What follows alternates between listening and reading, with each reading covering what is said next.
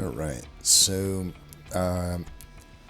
turns out my merging of save files was causing more problems than I wanted to deal with, so I reverted my save to essentially a fresh,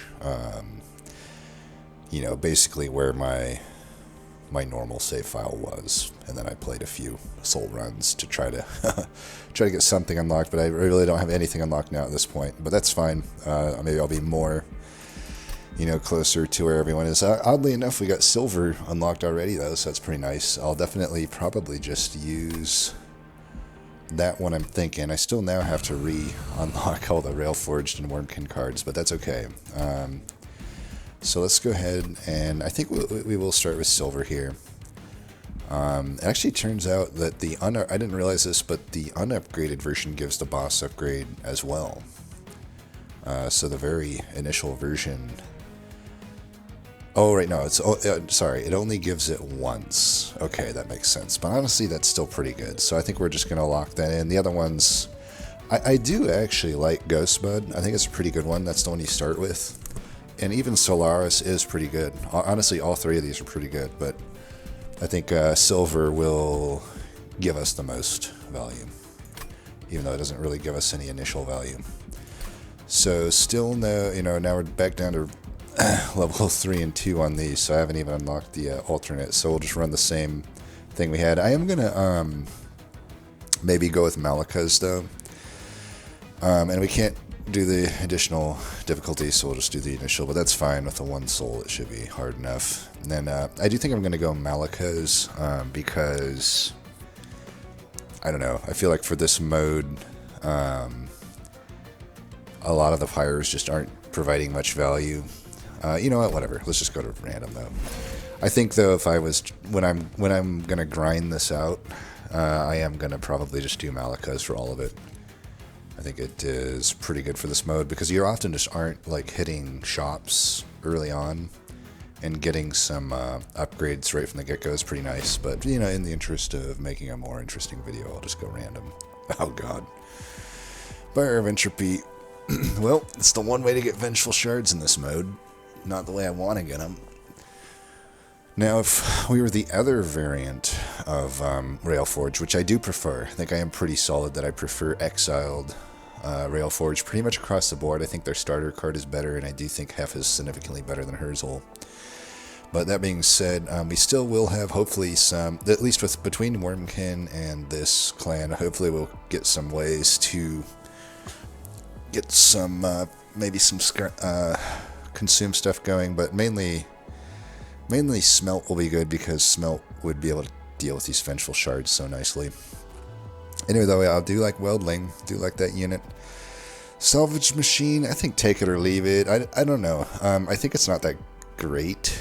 I think it is good with Exiled because then you can make use of its ability. But if you're not Exiled, I don't think it's super great, but it's usable. It kind of sucks to start with because it just has no stats, but we do have the Welding, which will give us a little bit of stats. I don't have any way to buff it other than Forge, though, so that's something to keep in mind. Bionicos is fine to start with, I guess. Doesn't really do anything for me early on, though. So, let's hit it here. Alright, yeah, I mean, we'll just take the Pyre Speak. We need that front-loaded damage still. Healing my champ is probably pretty good here. There's a lot of debuffs to remove, but a lot of the units in this mode just gain stuff through triggers, and the cleansing water doesn't help prevent any of that. And it's not even reliable anyway because it's a 50% chance. And, this champ path does get an okay amount of health, and I may just want to put him on his own floor. I think the Crown of Eternal is better. Now keep in mind we have some synergy also with our Pyre Speak, since our Pyre is gaining stats after each boss. But this is, we take this for the boss upgrade. We really don't care that much about what it does for the Pyre. -1 draw should be fine. So because he heals, he will be better and then a steward here, and we'll have two spaces to put the other unit in. We still want to set up bottom though, even though it gives us less chance to resolve because this guy is going to be quite hard to kill otherwise.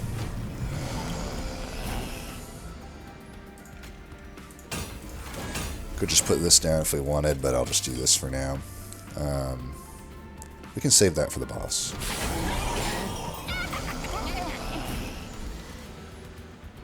Okay, we got this. Get one of these down for 6. That's pretty good. 24. Yeah, we're gonna have a ton of good stuff here. Let's give Echo here, I guess. In case I have to finish stuff off with Fracture.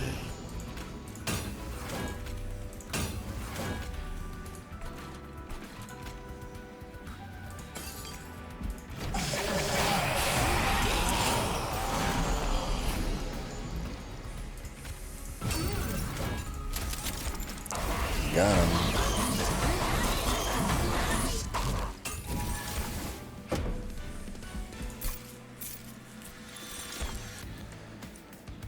Do I want boilerplate or bonk? Pretty sure boilerplate. I don't think we have to skew too much toward pink here, because we don't have like anything to use it with right now. Plus we have Branding Echoes anyway, double bounding echoes. So I don't think pink needs to sway me much here. I could also just take another Weldling because it is the better card of these, I think. I mean, boilerplate can get pretty nutty, but it's like you have to get, I don't know. You kind of have to high roll some stuff. I mean, I will say Salvage Machine, if I can harvest enough, can forge quite a lot. And then boilerplate can really pop off at that point. It'd be nice to have some backline removal, even if it's bad. You know, I do find bonk to be bad removal, but it's there's worse ways to get removal, and this Forge 3 is pretty nice, but yeah, might be better. Might be the best thing. Certainly, these two Weldlings already have a lot of synergy with Forge. I guess, you know, the one of the way you can think about these Forge cards is it's similar to Wormkin, right? It's like you can only take so many extract cards. If you're not generating enough echoes, they become a liability at a certain point, and it's similar story with these Forge cards, like or cards that, you know, want to be forged, even if something like Weldling doesn't say forged anywhere on it. It obviously wants to be forged or buffed, but the most easy way to buff it is with forging in this clan combo. So it's like if I already have the Weldlings that are high priority forge targets, to the degree that I don't even want to place stewards to break the forge, do I really want to add the boilerplate on top of that? Because it's hard for me to get the proper forging going on, whereas I could take the bonk, which supports my already lackluster forge. You know, I really just only have the starter cards and the salvage machine for forge, and sometimes if I can't predict which floor to properly put the salvage machine on, or if it can't fit on a floor, you know, I can't get many harvests. So maybe the monk is actually the best card here. I think I will take it. Alright, pink echo transfer is absolutely fine here. That synergizes with the Weldling and also makes it less reliant on being forged. Though here's the thing, there's so many enemies in the game that target the back line, and Weldling's almost always going in the back line, that it still wants to be forged to get some defense, but certainly this is still good to take, I would say. Okay, this one has only one node we want to wait on. I will say, okay, this one's the one we're doing first for sure. This one's definitely going last. We want all three of them upgraded.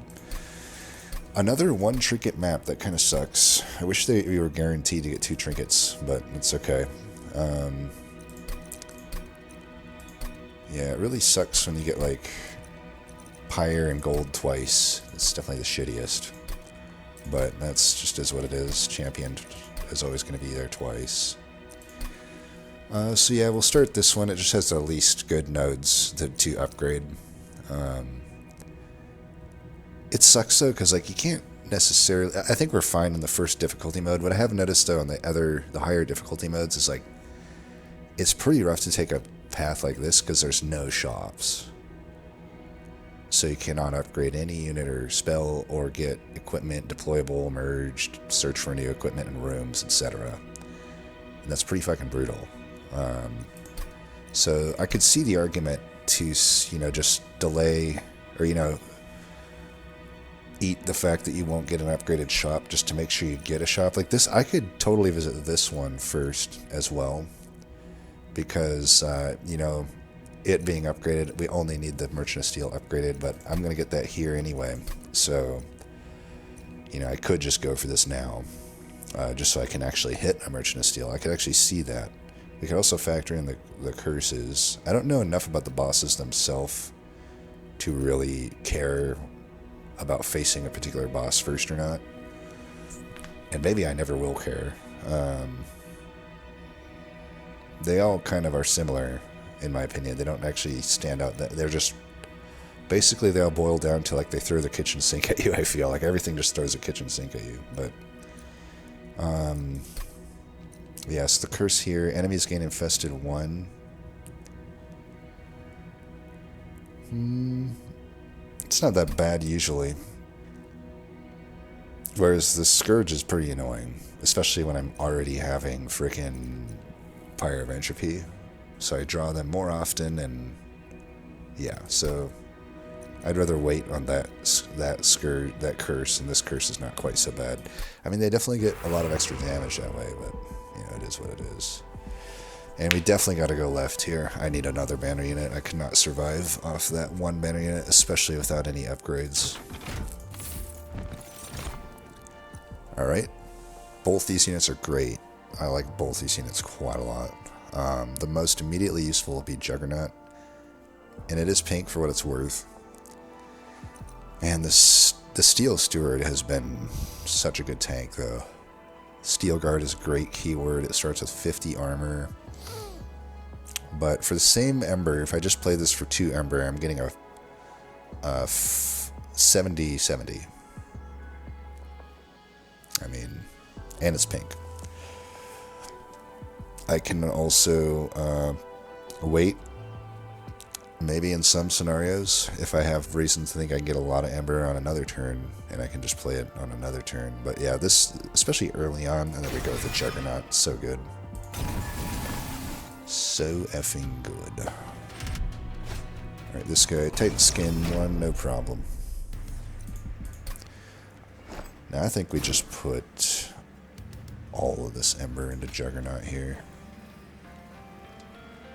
I'm gonna look at that 150. That's a Shadow Siege. That is literally a Shadow Siege for 4 Ember. Can you tell me if that's good or not? Maybe put Endless on it for even more value. I'm pretty I've never actually put Endless on this. I assume that the X cost doesn't carry over. You know what I mean? Like it won't cost extra X cost, but yeah, I assume it just keeps gaining the stats as you replay it. I'm going to put Herzl here. I do want to fit those units over there. I'm not going to play the Steward. I can use my Pyre Speak if I have to kill the Collector if it spawns top.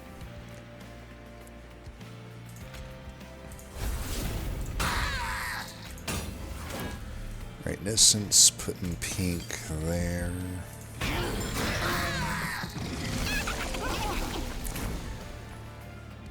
I could use Fracture to kill that, then I can save Pyre Speak for the next round. We bottom decked both Smiths and both Weldlings and Salvage Machine. Wild, but okay. Alright, I'm going to save Pyre Speak for the boss. Let's just do this for reasons. We're killing it. Ooh, 69. Nice. Well, who am I to mess with greatness? Just make sure that he's living so he celebrates and then we're all good. And I drop my mouse. Sweet. Literally a ghost in here. It's like I put my mouse down on a flat surface. Can't tell you how many times it just starts moving on its own. I need to get like a Ouija board to communicate with whatever fucking spirit is infesting my room here. Ah yes, finally this card. This card is so OP. Steel Pulley Claw. Absolutely we take that, no questions. It's like one of the best cards in the game in my opinion. I don't think my evaluation of that card is going to change. I mean, it's like so versatile, you know, you put it on any floor and it can so easily overstack it. That's the main use of it, but then it has the secondary purpose of like pulling enemies back down. Like, it's just so good. And it has no cooldown. You use it every turn. I'd take it even if it had a cooldown at 2. I don't want to give the devs any ideas though. I want that to remain OP. I like having a few OP cards in each clan that can make things easy, right? I do like the fly. We'll say with the Steel Pulley Claw, it's less needed, but I still probably like it over these other cards. I mean, late game, I might be happy to have a Shelter, but certainly at the early game, Bogfly's the best card here. I wouldn't mind putting Forge onto it, since if I bottom deck both Weldlings, it's a long time to not use Forge, and then I can hopefully just have this. Plus it's pink, it already can just use its own generated echo to fly off the floor. And like we said, with the Steel Pulley Claw, it's less needed, but still it's fine. It means I can still be versatile with how I use it. So this is a tougher scenario. I do feel like the Juggernaut in many cases is going to be the only real banner unit that we need. Especially if I can get multi-strike on it. And the Wormkin banners right now are probably okay. I don't know. I definitely had pretty good echo generation on the bottom floor. It wasn't amazing, but I was at 4, maybe 3 rounds in. Still not enough to support any of the eggs other than the fly egg, which is a problem. Which also means it's probably not enough to make a Keeper of Echoes or Shard Soul Carver pop off that much.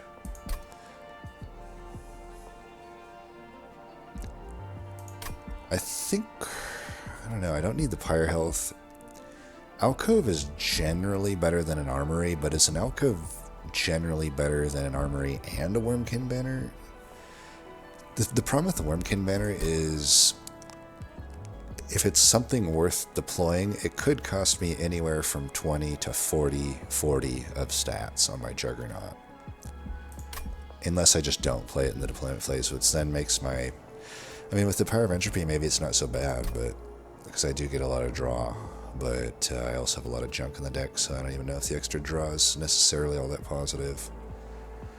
But yeah, the Steel Pulley Claw, I can eventually deploy that, certainly, so... Yeah, I don't know, I probably should go right, even though I really want to try this alcove, but honestly, going left here, there's a decent chance I fully brick. Going to the right, I could fully brick as well, but it's a less chance, I feel. Let's do that. Let's go unit first, or this first? I'm gonna go this first. Pink Space Prism. Unfortunately, there was a bit of a missed opportunity. Maybe it would have been too OP, but there are like some, steward units in the Railforge clan here. Like Crucible Steward, but they're listed as an automaton, and I'm like, well, if it's named Steward, I feel like it should work with Steward's quarters, but maybe that's too OP. I don't know.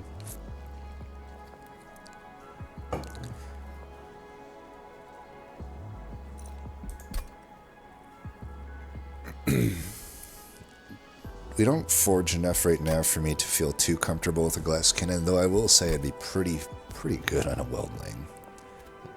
The 3 health, it doesn't matter. I should probably take it for the weldlings. We don't need a steward's quarter. I mean, we're not using the stewards. You could. I mean, of all the clans that can make use of stewards, this is the clan, Railforge. But, we already have a good room that's going on our main floor, which is going to be a bottom floor in almost every case.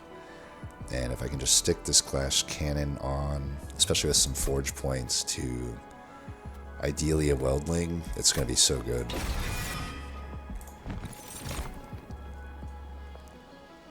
Yeah, I would have much preferred Carver or Echoes here, but I suppose we could take the egg. I don't know. First Akin just is harder to... I mean, either way, I'm putting all my Ember into Juggernaut, so... Either one of these I'm playing after deployment phase. It's easier to fit Bog Chrysalis on a floor, but it is dangerous too if I'm actually relying on some Reap damage, which is not a huge deal right now, but it does mean if I get future good Reap cards, sometimes that's an issue. I already have a Fly anyway, which is like arguably better than this, especially if I'm not deploying it. So I think it's actually First Akin. I have 1, 2... Yeah, only 2 consumables, though. I don't know. I honestly don't like either of these units. I don't know that I need to add them to the deck. I'm pretty sure at this... the thing is, these units, they aren't really doing anything super special for me. The egg would be the one I should take, I think, if I do take one, but... Like I said, it only really is better than a Fly if I can meaningfully buff it before it hatches. So I could buff it with Forge, but the armor is wasted. I could buff it with Echo Transfer, which is probably the best thing I can do for it. But aside from that, I don't know. It's another unit to add to my forging pool, which right now I feel like between the 2 weldings and the Fly, that's already about what I want. I need more Forge if I'm going to add another unit to the pool. I think we just skip these. They're not that good. Not that good for this deck, I guess. They're good units, but not really good for this deck. So we could flex into Enduring Steel here. Permanent Forge would definitely help my deck. Probably more than Pyre Speak. You know, we haven't even had to use our actual Pyre Speak yet because we have such a good starting unit with the Juggernaut.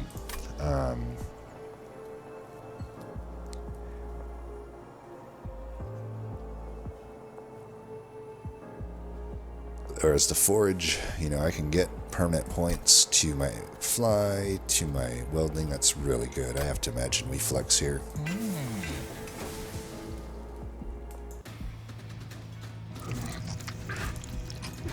Alright, we should get a reward after this.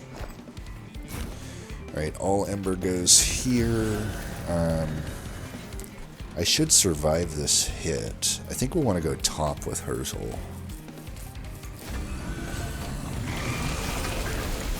Definitely survived that hit. Well, we can just put both these down, or I don't have to. I might put the Fly. Yeah, I'll put the Fly on the mid just to bait the boss there, and then I'll fly him off. I don't have to fly him yet. I want to leave this space in case I get another Weldling that I can just play here. And one thing you'll notice,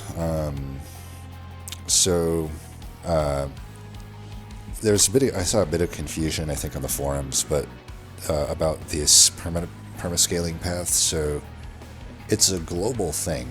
Herzl has to be alive, but I don't have to play him on the floor. You know what I mean? So you'll notice here I have basically a permanent 8 attack and armor 2.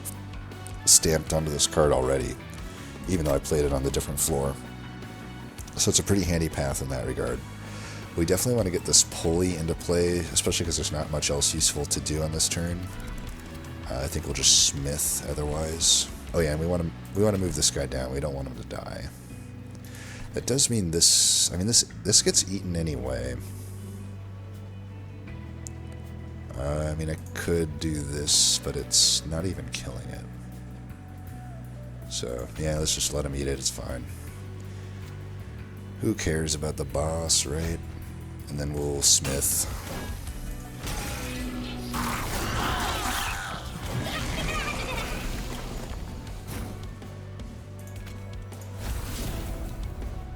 You can see why I don't typically like bonk. We're saved by the bell here with this collector, but anything else it wouldn't have been able to kill. So we get 3 forged there. That's really nice.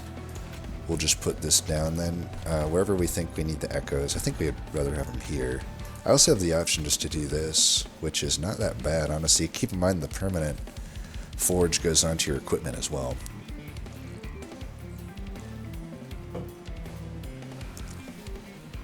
Definitely tempted to actually just do this. It's definitely the more impactful thing right now. If I put this down, it only goes to 11 attack. Then I can get a fracturing as well for what that's worth. It's not worth that much, but I do think this is better. I'll get a ton of armor now, and we can just try to reforge that thing. Now, I also notice the glass cannon has gone up to 55 permanent attack and 5 permanent armor. Still got my Pyre speak. Guess we'll use that here. Not that we need it, but let's see. I mean, I might as well greed this, so what I'm thinking is we just give this the 1 point, bring it down, and then we get our harvests here. And then we at least get this point here. I mean, every little stat can count, so try to just get some permanent stats here.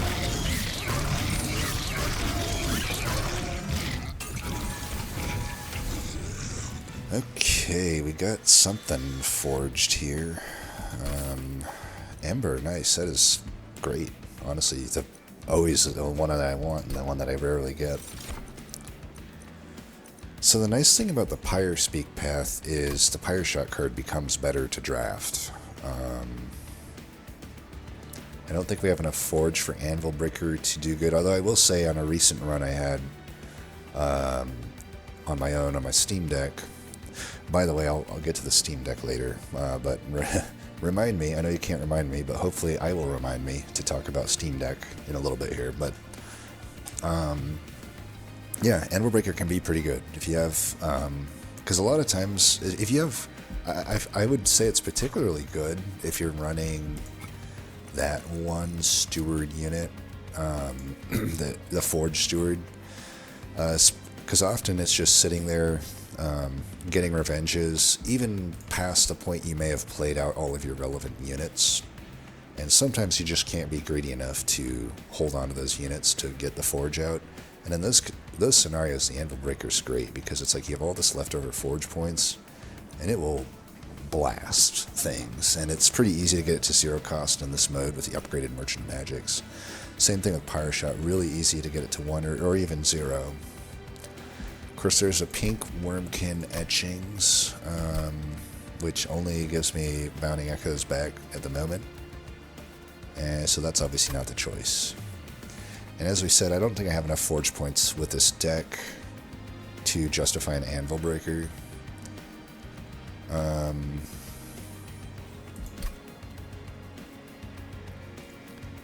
You know, I've never taken it with a permanent path, but I assume it does not gain permanent damage from this path. I'm just going to assume that, even though I could actually interpret this card text in a certain way that it would, because it says Forge, the keyword, is permanent, and that it grants 1 attack and 1 armor for each Forge point.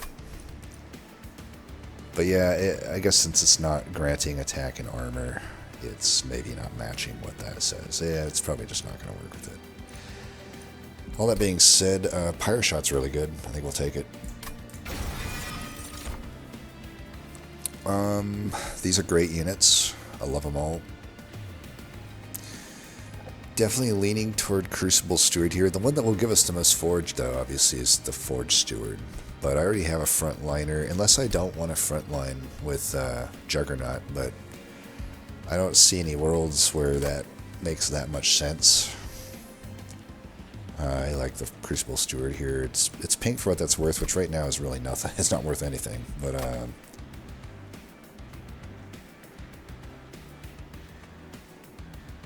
yeah, I don't think it'll necessarily pop off.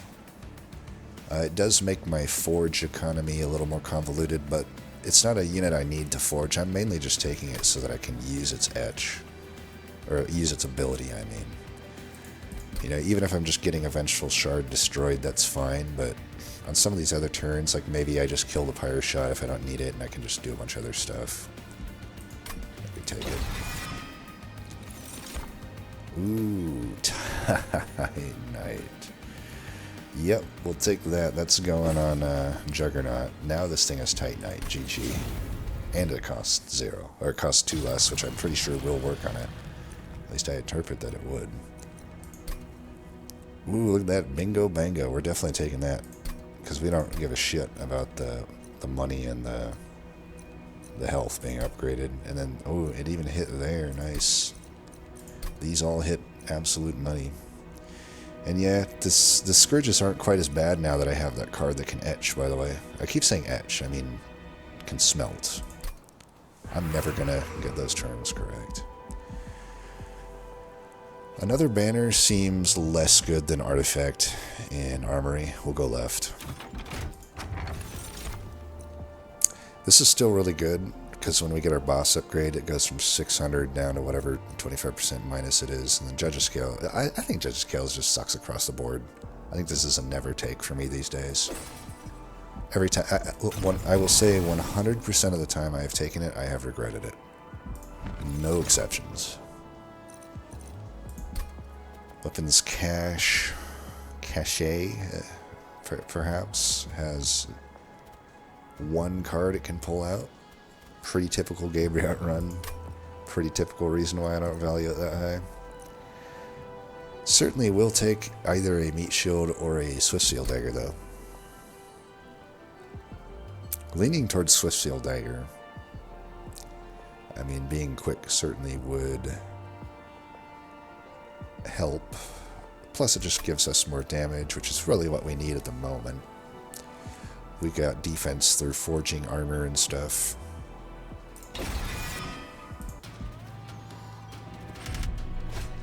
Of course, adding another equipment does technically make our forge economy even more convoluted. It is definitely getting to the point where we gotta add more forge, but we're gonna get carried by Juggernaut for most of this, so it doesn't matter that much. And this should be fine. I mean, we're gonna get just giant Juggernaut here. So we'll double check. I mean, 6 times 2. Wait, why is it saying 240? That doesn't seem right. Am I missing something here? 6, because 6 times 2 should just be 120, or 6 times 20 should just be 120. So why is it saying 240? I only have -2 on the gas bud, so it should be like 1. Am I missing something here? Anybody know? Is it something here? I have no idea. You know what? Let's see if it actually does this. It actually did it. Your guess is as good as mine. I have no idea what's going on.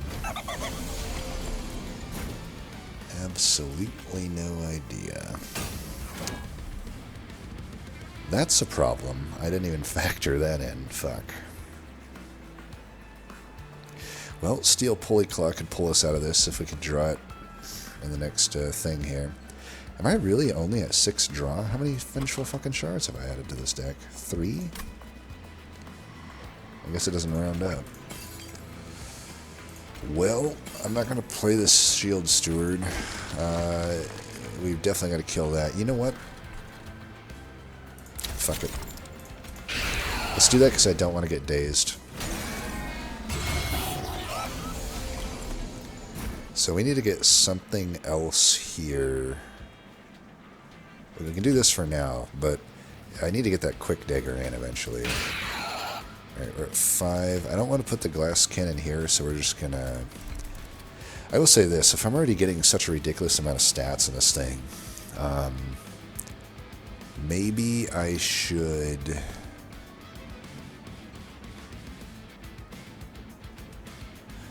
A lot of these turns would be better if I had that smelting card, that smelting unit in.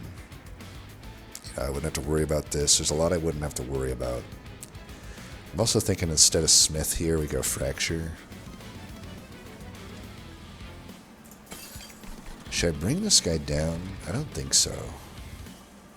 I'd rather leave the room here. So as good as... Okay, I can just bring the collector down.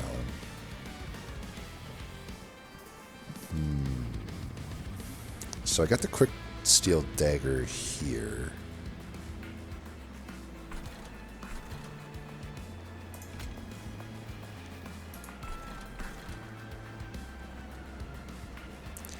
I really don't want to spend these forge points on this Spear Steward.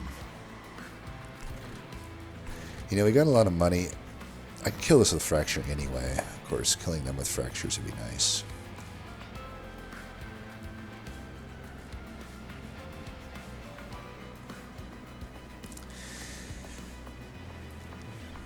You know, as much as it sucks to do this, I think it makes sense. We're just gonna... I'm gonna forge this... No. I'm not going to forge it, but I am going to put it on the floor. And move you down here. I'm going to give the Swift Seal Dagger here, just because this fight keeps having these Jeer Masks, and I might as well have my most useless unit eat up the days whenever possible. I should have played Bounding Echoes first, but it doesn't really end up mattering here. I mean, we can just pull this... Mother's Blade back down if we need to. So I talked up this card, and it's literally not really done anything for us here, but that's okay. 70 attacks, unfortunately a shitty breakpoint for that. We have no Forge.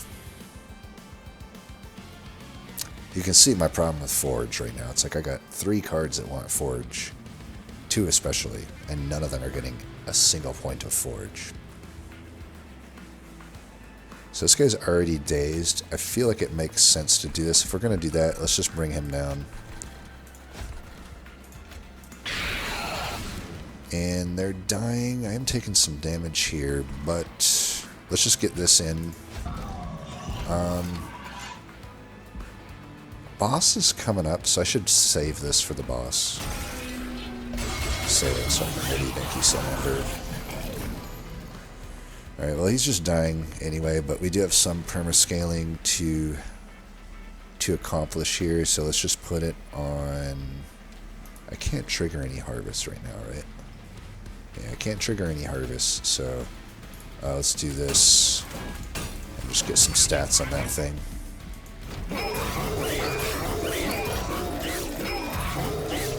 Still not sure why my Juggernaut has like double the stats it's supposed to have.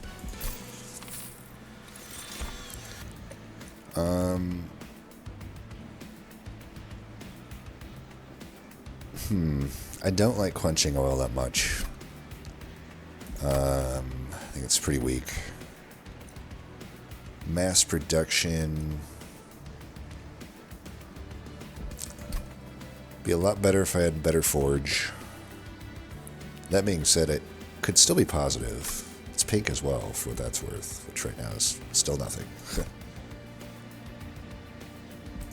I mean, the mass production, I feel, gets better if you can combo it with a magnetic relay. Which I don't even know if I have unlocked yet, so... But even... It's pretty good. I mean, you can... There's a little bit of anti-synergy with the fact that it's the permascaling path that I have, but...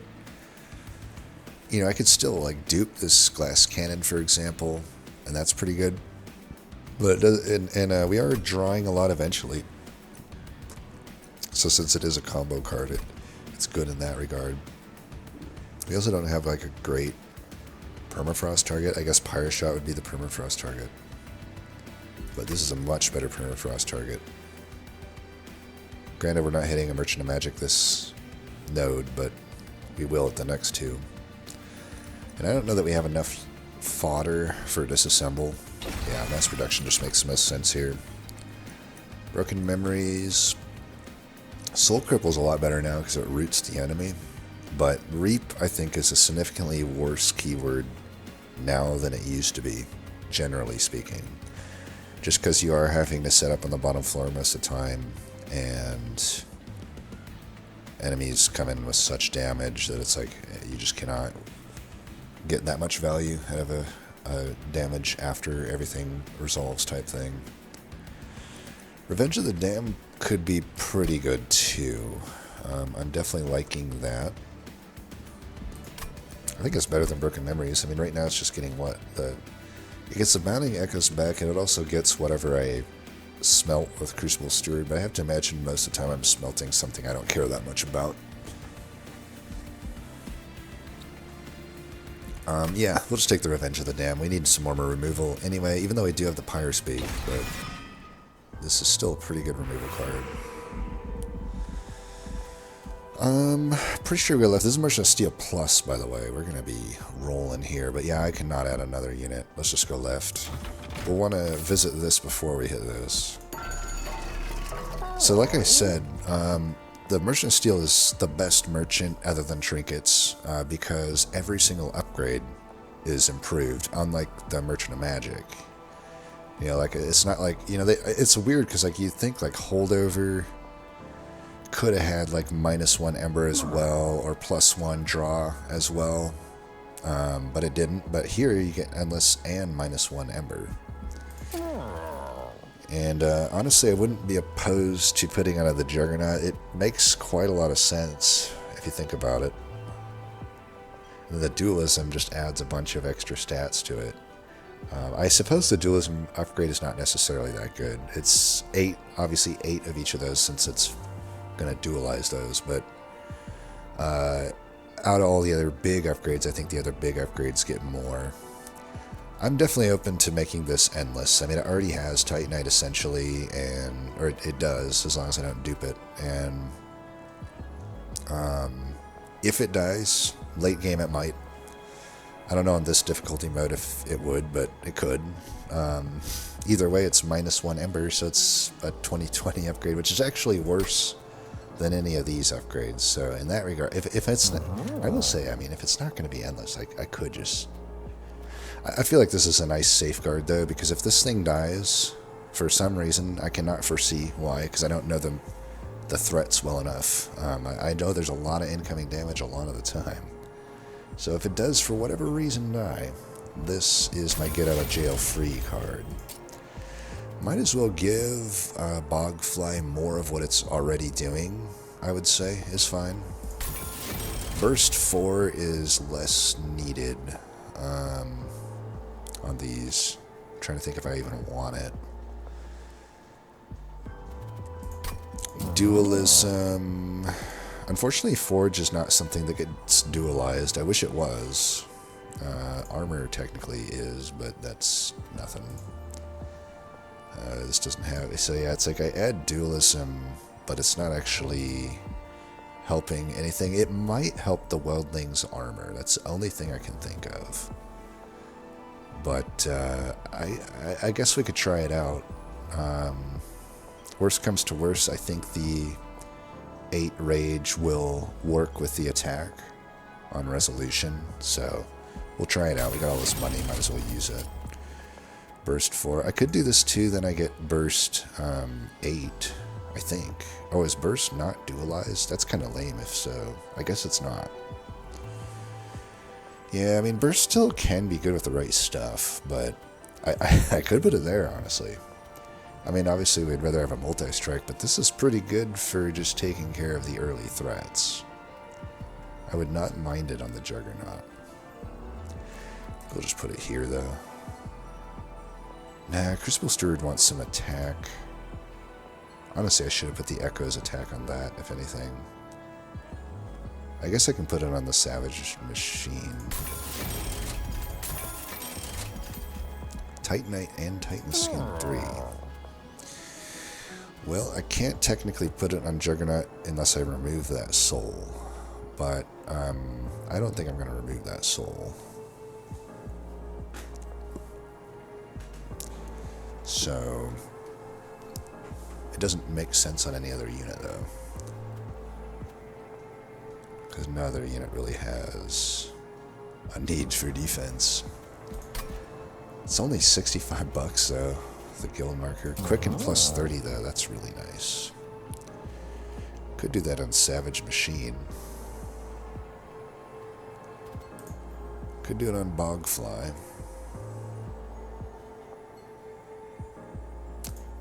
Could do it on Weldling. Could do it on the other Weldling, I guess. Make them both. You know, you never know which one you're going to draw. And this Weldling, we can just add another 40. I mean, the 40 here would be pretty good, too. I think I'll hedge my bets. I'll give 40 here.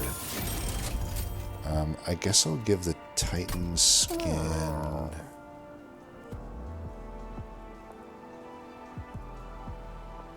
You know, I wonder if Forge works with dualism. Like, would I get double the armor on when I forge Weldling? That I don't know.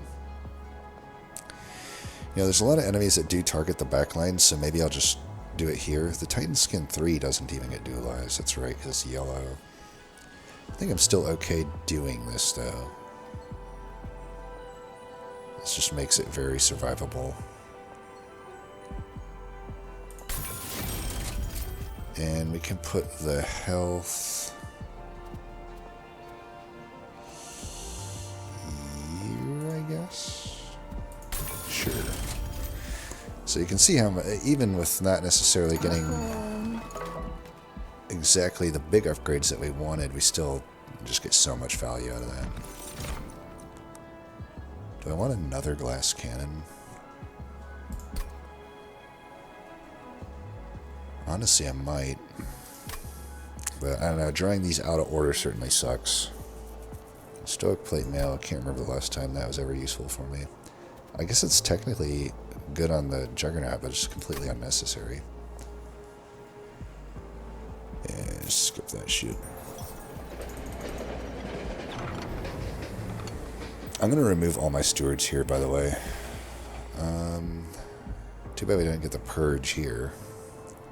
York would be pretty good. Nothing else is really all that good. Yeah, we'll just take that. Let's do our purging. I want every steward gone. I'll remove that one last since he has big time 1 armor. These don't have any permanent points, so just get rid of them. But yeah, this will make things a lot easier if they're not in the deck. I could get rid of most of my fractures as well, but we'll hold our gold for now. I already spent a good amount there. Man, I don't really need to hold my gold though, right? Let's just get rid of another fracture. It's doing nothing for me. I'll get rid of 2 of them. We won't spend gold for a long time. There's no more gold nodes here. So, that's fine. Oh, right, because this is the final boss, right. Final boss of this node, I should say. So, it's giving me, yeah, it's still giving me those extra stats. I'm going to put this one down on the same floor as it. Still get my extra stats, interesting. Well, you know what, since I'm getting more stats than I ever would know what to do with, let's just do this. 240 is absolutely fine. I'd rather put those little cards in play. Alright, I can do an edge. We probably want to just use the free one here. Give that here. And I don't need to save this. I know I'm already killing him, but I do kind of... You know what? These are pink. Maybe I keep them. We'll keep them for now. I do get hurt here pretty bad. That is what it is. Alright, we got our pulley claw. Let's go ahead and get that into play. Move you onto the floor. I want you getting those forges. So you can see here, the sniper, there's a lot of these in the game, so like, that's why you kind of have to make your backliner have some survivability. That's why I added some survivability to the Otherworldling. But since the Otherworldling's already the better one anyway, I don't think we need to play this right now, necessarily. It does mean I don't have much of a turn here. I could just smelt this, I suppose. It's certainly not a great turn for me to play it anyway, and I don't have the necessarily, I think, the time to search for things there. So, plus it just makes it so I don't have to get dazed here. So yeah, let's do that. Otherwise, I would have just smelted the Vengeful Shard, but this gives me the Ember to play all this out. I guess I still had the Ember to play it all out anyway. Does this kill me though? 16 armor. It doesn't kill me. And eventually I'll have another unit here. I mean, I could have also just comboed this with the smelt, which I probably should have done, but oh well. It's fine. I feel like I don't want to redraw that other unit anyway, so I don't think it's too bad of a deal. Alright, this guy has all that burst. I'm still going to add the damage here, because I think I'm going to be... I don't know that this unit's going to live, and obviously the burst is just a one and done.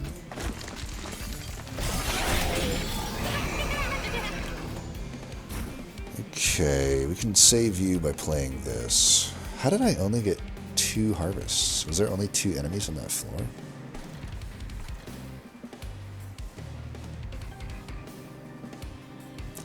I can just do that. I'd maybe rather... I can kill that with the fracture, so yeah, let's do that. Oh, right. Whatever.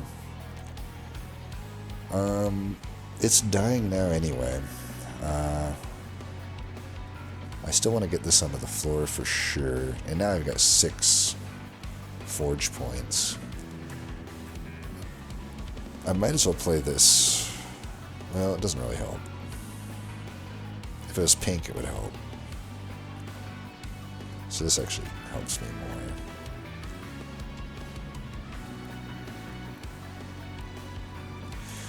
Mass production.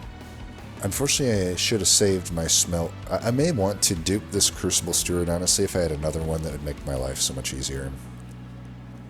Wait, how did he get dazed? Did it daze him from the smelt damage? It's kind of lame if that's the case. Well, you know what? I can live with this stupid card getting duped. I'd rather just get some stuff here, and we'll bring this down so that I'm getting the armor there.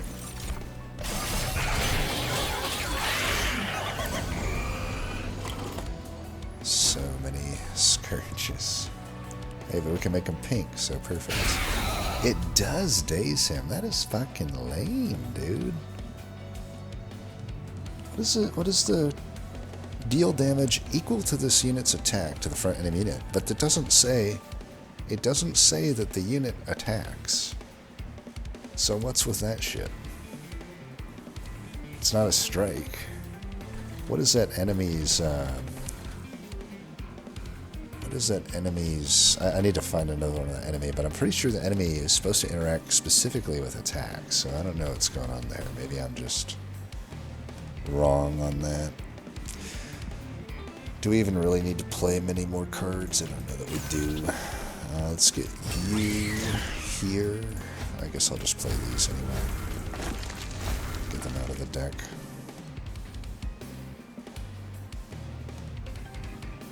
You know what, though? I do want this dead. Do this. We can just play them all. You're dead. We'll just get some damage here. Hopefully we heal back, so Crown of Eternal coming in clutch. Alright, they're all dead. Nothing needed here. Let's see what this says, though. So it says, yeah, look at this. Apply Dazed 2 to the attacker. In my opinion, no attack was made. I'm going to submit that one. I'm going to say effects that do not specify a unit is attacking. such as the Edge Steward. They'll know what I mean. Still trigger Jeer Masks. Days. Despite Jeer Mask specifying it applies days to the attacker. I'd expect... Here's the thing. It is somewhat consistent, I guess, with things like Hothead, but it still feels wrong to me. I'm submitting it. I don't care. It probably will not change, but I don't care. I feel like I'm right on this one, but I could see that I'm wrong.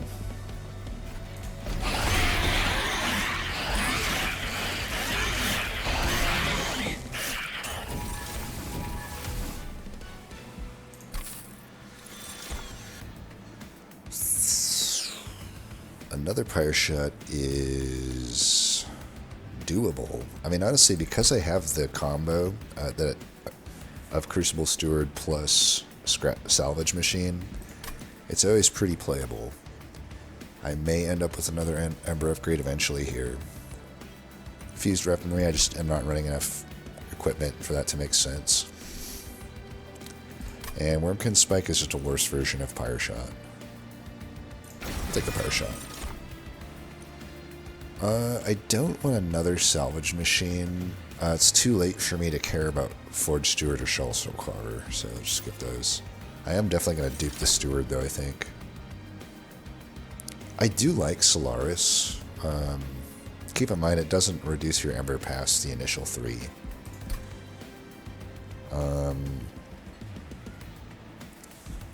Obviously, it's pretty good. I don't mind it. I'll take it. Alright, so we got both these upgraded. That's really nice. We got both them upgraded. That's really nice. These upgrades certainly happened nicely. So I could really go either way. At this point, I almost want to go here because getting my boss upgrade sooner than later is great, but I could be really greedy and wait for the Merchant of Magic to also get upgraded because I really don't care about the Light Forge getting upgraded. The only thing the Light Forge is going to do is get me an extra point of Pyre Speak because I'm taking I would take extra points on the perma-scaling path anyway. And the extra point of Pyre Speak, all it does is reduce my cooldown functionally. It gives me a little bit of every extra stats on everything, but not enough that I care that much. Even with the 2 Pyre Speaks in my deck, I just don't care that much to upgrade it. And honestly, Merchant of Arms would be pretty useful. I could make the Steel Pulley Claw be 0 cost and intrinsic. That's really good. I could merge the Swiftfield Dagger with the Glass Cannon, and then it becomes a 0 cost. That's also really good. So we'll do that. And the Curse, bosses enter the burst 2. That's nothing. That's nothing.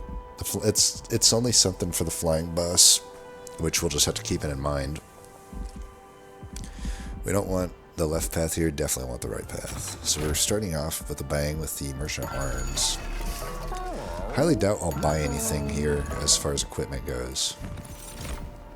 Yeah, these are all trash.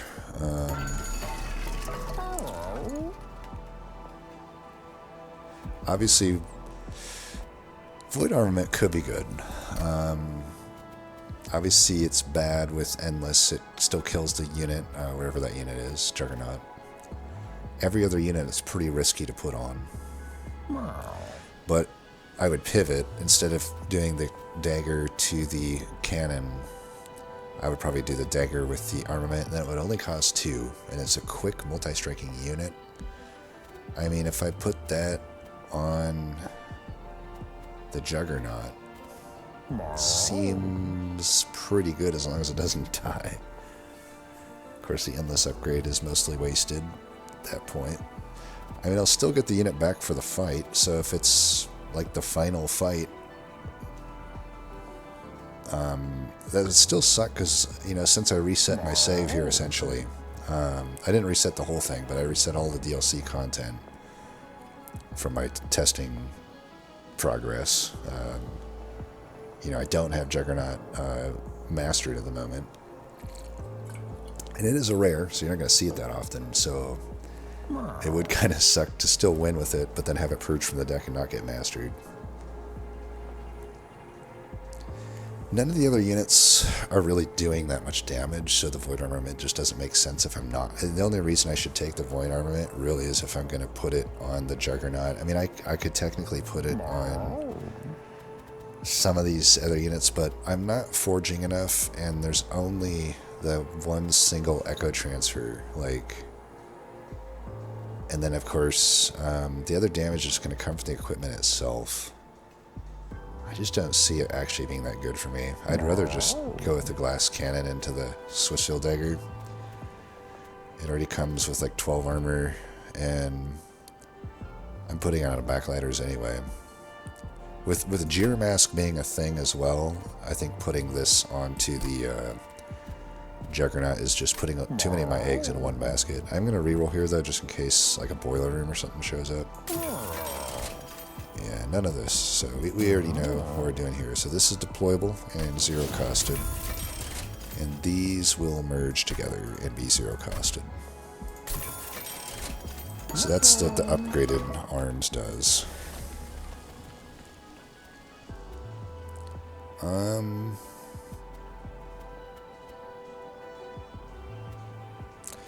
I could dupe so many things. I mean, honestly, I'm like, that equipment now looks pretty enticing to me, but another Crucible Steward sure would be nice. Those are the options for me, I think. Both of them would make mass production better. Man, that is 77 attack and quick.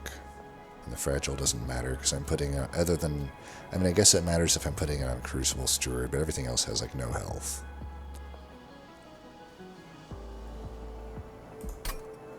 Oh, I'm so tempted to, yeah, let's just be a little bit more picky with when we proc Crucible Steward, and I don't think I need to dupe it.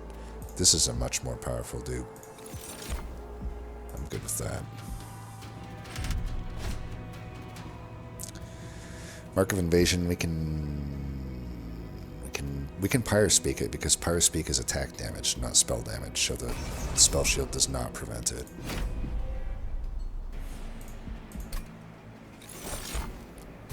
So we'll still put you up there anyway.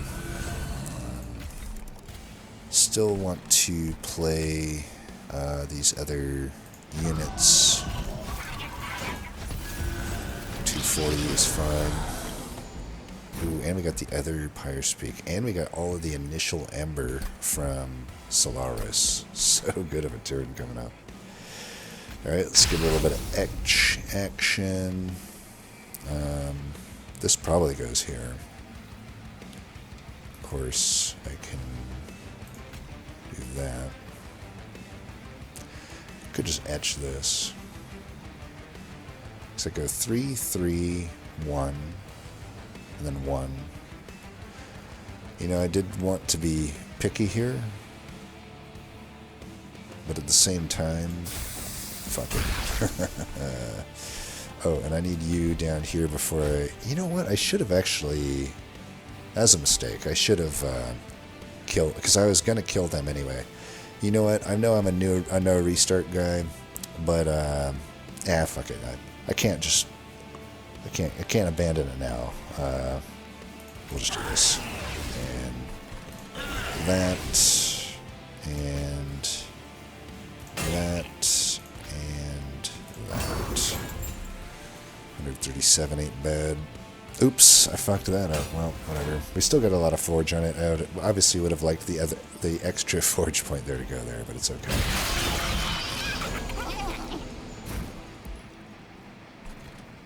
Okay, I could forge either that or this. This is the less important weldling, so I think I'd rather just put my forge points into this. So yeah, I'll do that. Get rid of these.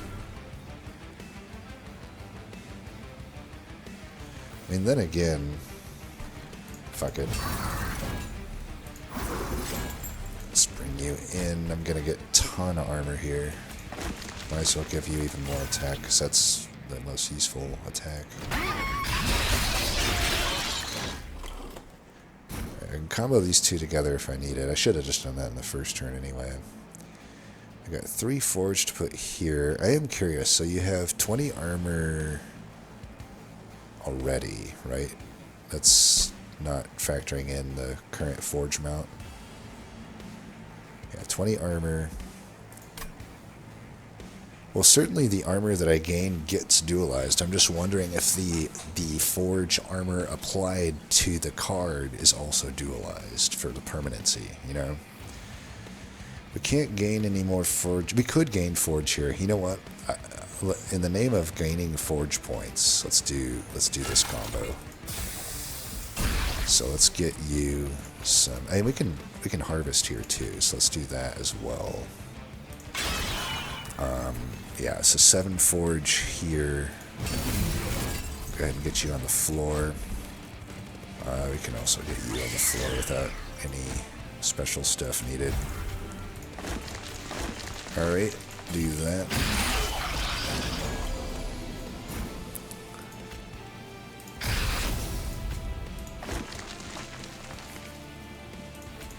No sense doing much more than just forging here. Do I even have any units left? I have an equipment left, I think. I actually don't have anything left. So I am thinking maybe we could, if we're offered another one, get that extra forge damage spell card. Of course, at the same time, at this point, we pretty much are good to go. This has to be in hand, so it doesn't really do anything. That being said, I might as well just consume it. Oh, I can't even play it. Well, that sucks. Pretty much all my cards are more or less useless here.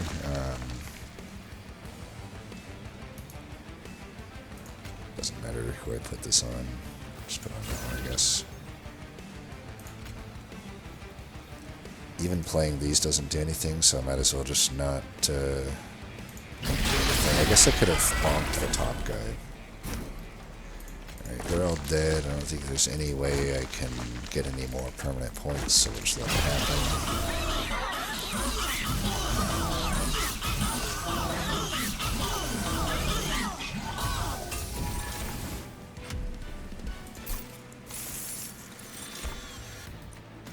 Magnetic Relay. When it pops, it pops. I just feel like a lot of time I take this card, at least in testing, and it is hit or miss. When it hits, though, it certainly hits. This would be a way to get around that forge that we have left over at the end. So it's definitely nice for that, but it really shines when you can combine it with... I mean, already it's really good with the Juggernaut, I suppose, right? I could take it for that alone. Because I keep my stats that I gained on Summon, and then I, you know, just play it again.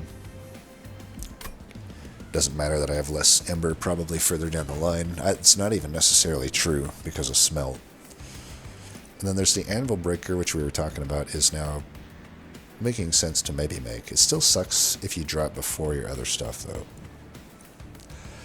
though. These guns are interesting. This really isn't needed at this point for us, which is how I feel about the guns most of the time, but sometimes they can be pretty good. Certainly the best card here, I think, is Magnetic Relay. I think we might as well take it. I can reforge things, get more permanent points on them. I can make a Juggernaut even bigger. I'm trying to think if there's any synergy with anything else in our deck. Maybe mass production to some degree. Certainly. I think I like it. Soul Crushing Guilt is acceptable. We have more echoes than we know what to do with. Could also get the Forgotten Trade equipment, which is really good, honestly. I really like this equipment. It can be awkward with the Ember Drain, but it turns the unit into such a good... It's just in this deck, it makes no sense, right? But if you have a deck that wants echoes, this thing can really pop off. Soul Crushing Guilt, though, is the same card as it's always been. They actually nerfed it even, but it's still incredible good. It's only days 2 now. And it costs 1 ember, so it's actually a huge nerf. And yet I'm still taking it. That's how good it is. And was. Obviously we go left. So we got our Merchant of Magic upgrade. That's kind of what I'm talking about. It's like a lot of these upgrades have no extra value. Case in point, the Eternal Stone and the Keepstone. You know, I am a little surprised, I guess, because if it were to be in line with the Merchant of Steel, then, like I said, Keepstone would have either -1 Ember or +1 draw tagged with it. Eternal Stone would also come with, like, at least an Ember upgrade or something, right? Anything. It just doesn't get anything extra. That being said... Wait, how am I not... Oh, right. Pyre Shot is not consumed by default. It's only the one that the champion makes that's consumed. So really, I don't actually have a good consumer move target because I really wouldn't want to consumer move these. We have literally not used mass production at all, and I don't even know if I will. I could do some pretty nutty stuff with holdover magnetic relay. I kind of want to. I mean, if I don't think there's any way for me to get trample at this point, or even multi-strike, unless I want to take that void armament. But like, so it's like I will just make a huge 1 striking unit, which is maybe not the best thing in the world. I don't have to use it on Juggernaut. I can still use it on other stuff. I could also just have Pyre Shot be holdover and -2. That seems more practical. For 1 Ember every turn, I can just kill every single backliner, regardless of spell shield, regardless of so many things. That's gotta be better, right? That solves actual problems for me. Whereas the other thing is just win more. As fun as that is. Revenge of the Damned or Bonk. Probably Revenge of the Damned. I would not be opposed to just surge stunning the Bonk. 1 and done is fine with it. So we won't use Eternal Stone. And even Spell Chain. It's like, so already 3 of the big upgrades get no benefit whatsoever. At least Freestone gets an extra Ember, but even then, it's like compared to the Merchant of Steel upgrades, I don't feel it's necessarily on par. It's on par with like Endless to some degree. Not even though, because Endless is getting played often, sometimes every turn, depending on what you put it on.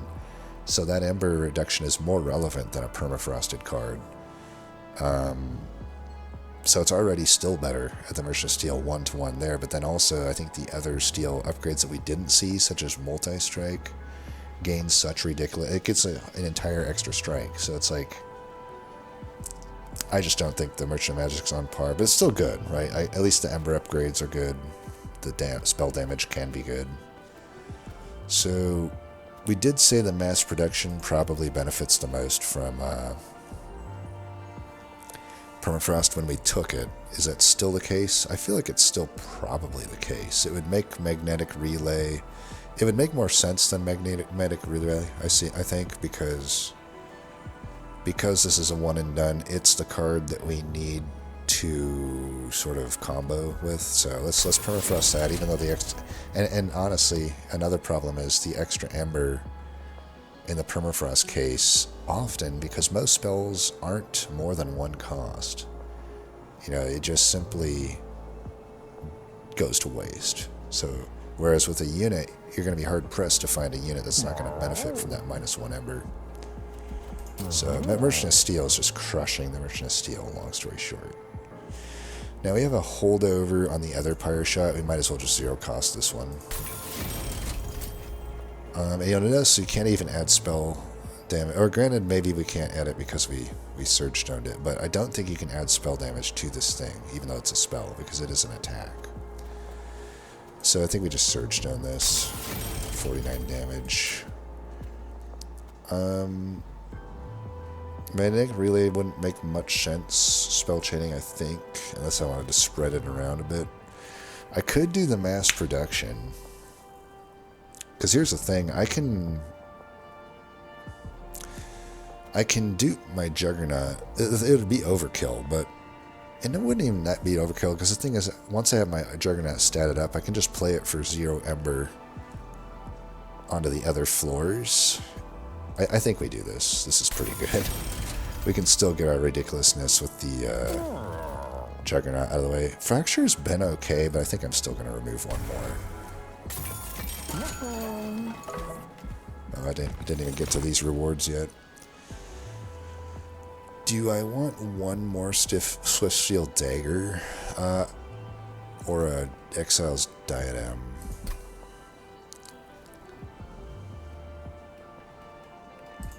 I think it's just another dagger.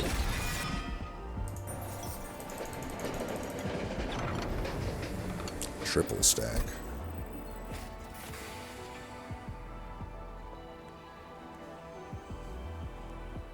I mean, does anything even benefit from that other than Soul Crushing Guilt? I don't need to triple stack Soul Crushing Guilt. I don't need to -4 anything.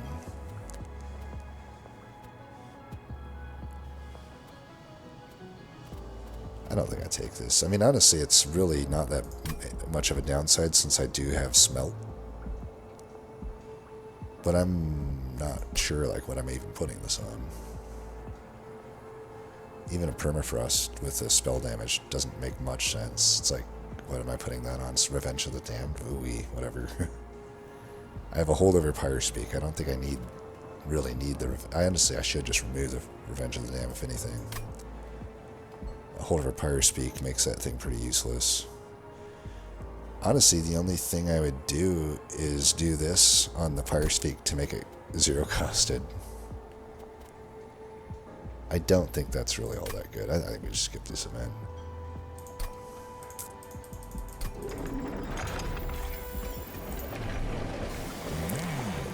So even though I have the holdover Pyre Speak, we're just gonna take the perma upgrade thing path. I mean, another thing I'd be okay with is like a 3rd reroll, maybe at the Merchant of Magic, or even the Merchant of Arms. If you wanted to keep those upgrades being not actually upgraded.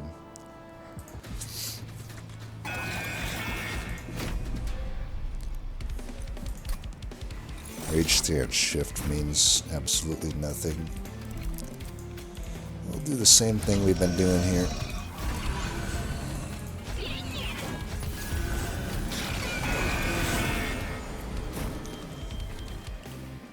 Alright, let's get you onto the floor first so we can get some forge action. So we'll get them all dead. We'll get rid of this with Ember. We don't need to smelt this turn or anything like that, I would say. This guy doesn't need to get forged. Oops, the bonk is not there. We do want to play that for sure. You know, 4 Ember.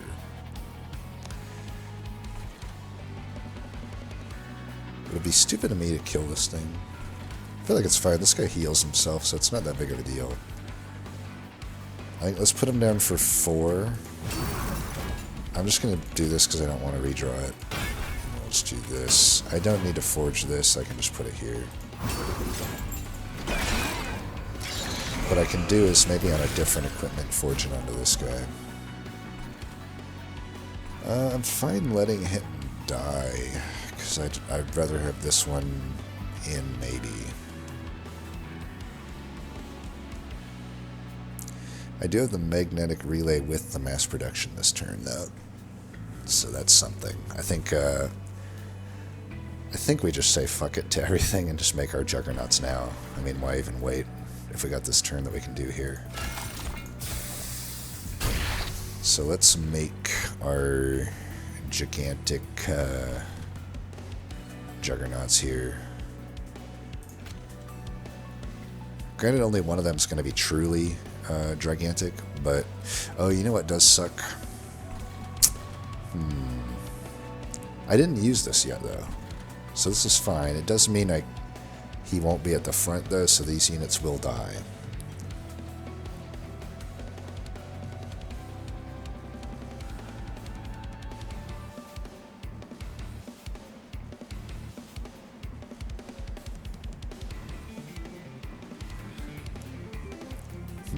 Maybe I just want to keep greeting these other units then.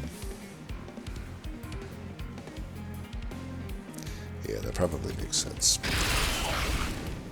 So, let's forge you. We can probably just let the fly die. It's actually less useful than these other units. Let's move you down. This guy technically has more attack, though. This guy's more self-sustaining. I guess we'll do that then. Get rid of these. Do I still want to, like, use this at all?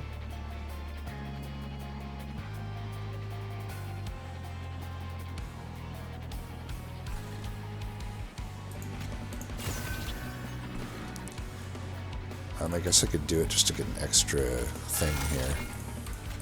An extra echo to the floor. I'm going to wait till the next relay, I guess, to do the Juggernaut. I also could just not put other units on this floor if I really want to lean into that.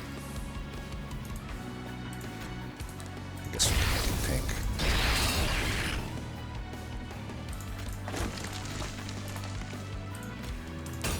Could mass produce this. It also just is not really enticing me that much. Just daze him. 56. But he's dazed. Get fucked, brother. Let's see. Forge this, I guess. Put that here. We can bring him down to the floor now at this point. And we'll just get rid of these, I guess. Could smelt it, but I could also just wait till next turn to get more ember out of it.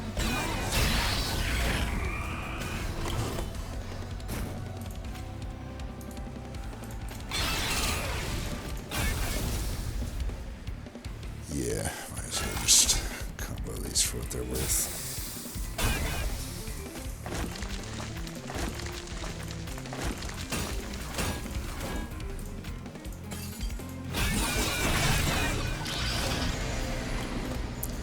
Still never ended up using that. I mean, I could have, but I just didn't. Oh well, it's fine. Do I have any permanent scaling? I guess, yeah, there's no actual... I'd have to get the minute relay this turn to get any additional scaling. You know what, let's use this, because why not?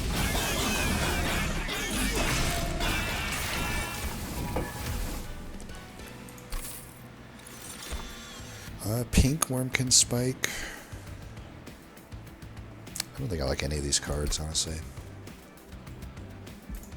The Wormkin Spike is definitely better in the normal mode. Like normal runs, it's really good now. I just don't think it's very good for Soul Savior mode.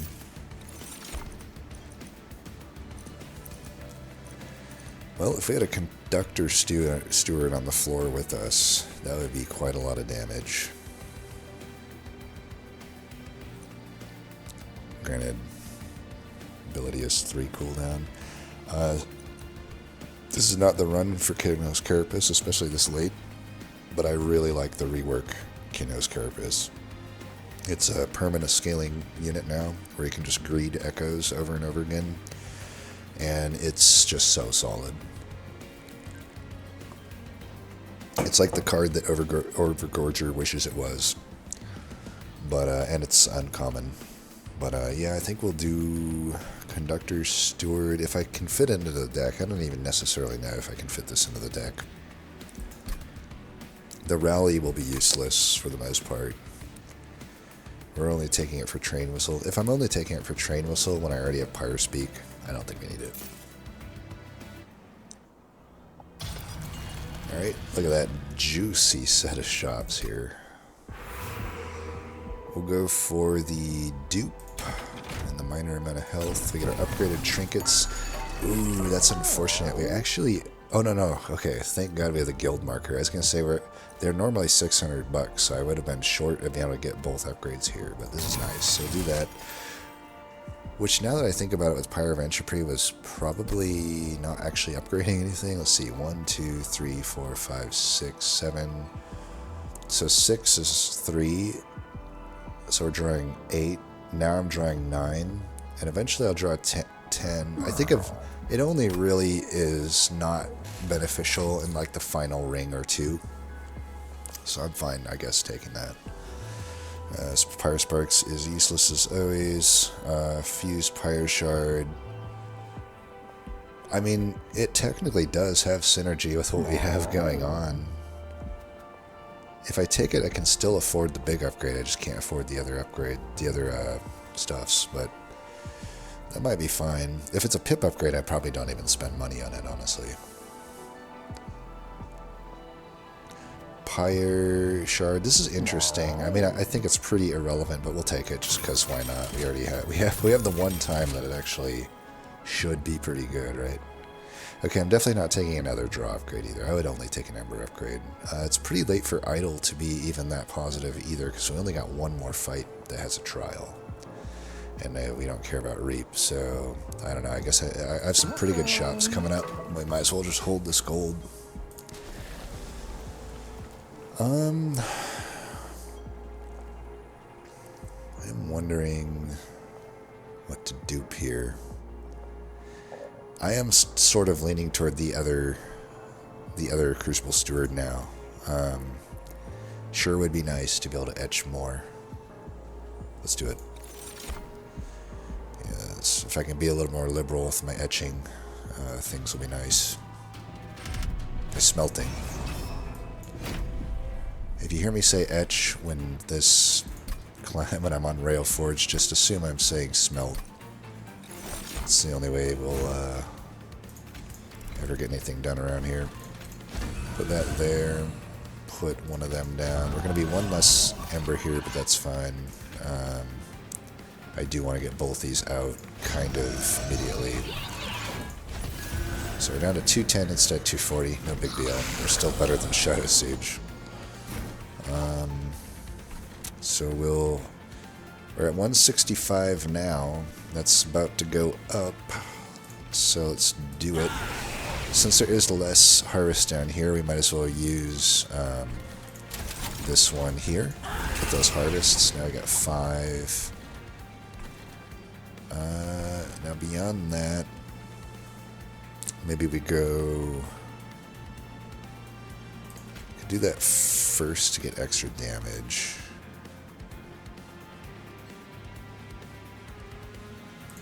We'll just... I don't even really want to fuse this, honestly. Let's put it down here. I give that damage. And I do want to etch this. I can save the other smelted, I mean. Didn't really do anything necessarily that relevant, but this is okay.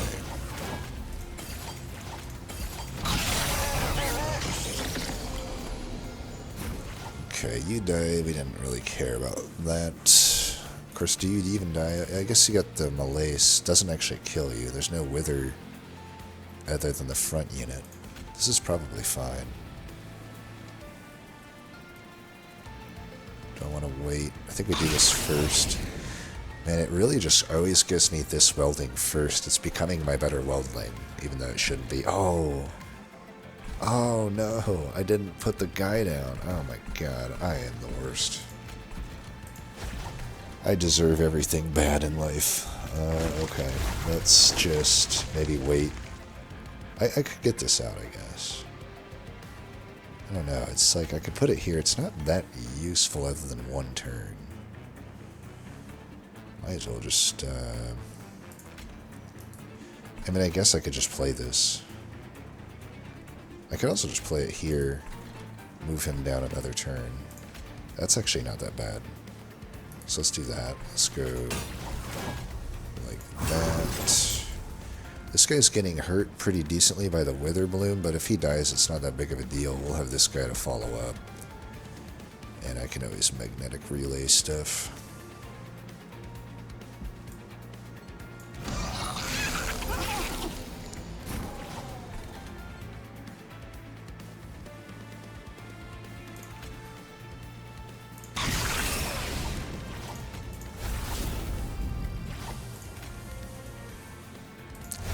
No unit this turn, so it's perfect time to bring him down. Just play that to keep going. I am going to get rid of Revenge of the Damned, I think. I don't think I have a chance now, though. No, I have one more chance at the upcoming Merchants, yeah. So definitely going to get rid of that card. We have no use of it. If I do that, my damage is getting too much here. I do want to perma-scale my Pyre, so I'll play this first. Let's get rid of one of these. Still save the other one for the combo. Could bonk if I wanted to.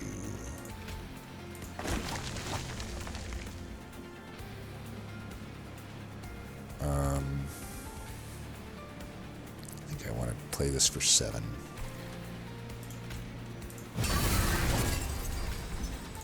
Yeah, get him some stats, and then we don't need to forge this. Just get in it immediately, make sure that we're winning this fight. Alright, you know the drill. I'm just going to smelt one of these with the other guy. I can smelt every other turn if I just want to smelt one of them at a time.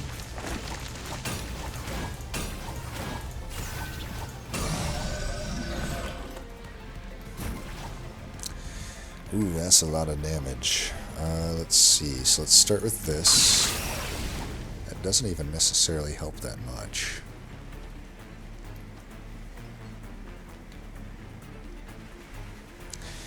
I'm really curious how this is actually killing my floor. I didn't think it would. I mean, look at these stats. I guess the Malaise has definitely hurt, and honestly, the Malaise is pretty bad with the Magnetic Relay, which I didn't even draw this turn, so it's not even something to think about.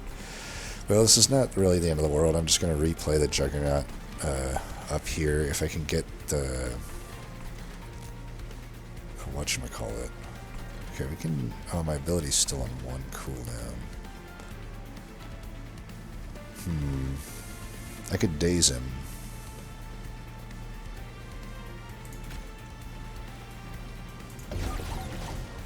And we can do some etching. Oh wait, my unit died? When? When did that happen? Fuck. God damn it.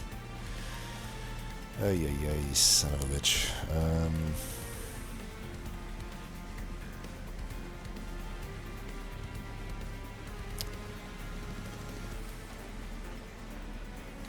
Days didn't even help that much.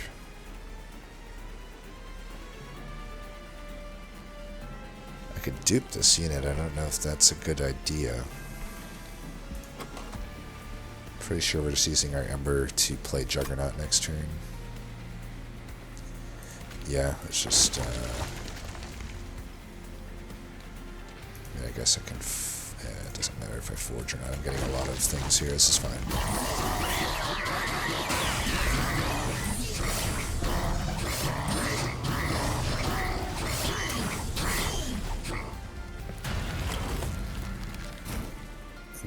Okay, I don't think we need to play Pyre Shot anymore, even though it is 275 damage. I mean, that might be worth it. Oh, this thing is reverted to... I'm so confused right now.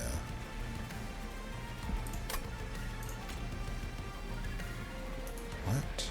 I'm so confused. What? Why is it a... I guess that makes sense. I was Malaised 60 worth. It's just not giving me the random extra deployment Ember bug, I think. It's like a bug somehow that I'm getting up to 200 in the first place with the initial. But now it seems like the Ember is actually properly applying because my stats were down to like 1 something with the Malaise. 150 maybe. So now it's actually doing 4, but you know, I'm getting 80 of whatever it is to get to this. So it'd be, that would mean I was down to 130 on my stats, which I think is right. This thing keeps applying Malaise. It does seem like a pretty round number though, which is kind of sus. I mean, I can Magnetic Relay it, I'm just not actually confident right now in what the actual base stats of this thing are. Or actually I can't, because I have to play this It doesn't actually work here, but I can mass produce it. So we'll do that. Unfortunately, this scrap metal came back into the deck. It's trying to protect me from making a mistake. Oh, god damn it. Well, mistake not protected, apparently. Alright, let's put you in... Oh, yeah. The preview's not even right. Look at that. I got fucking 430 damage on it. 2 cents. I don't know. I can't make sense of what's going on anymore.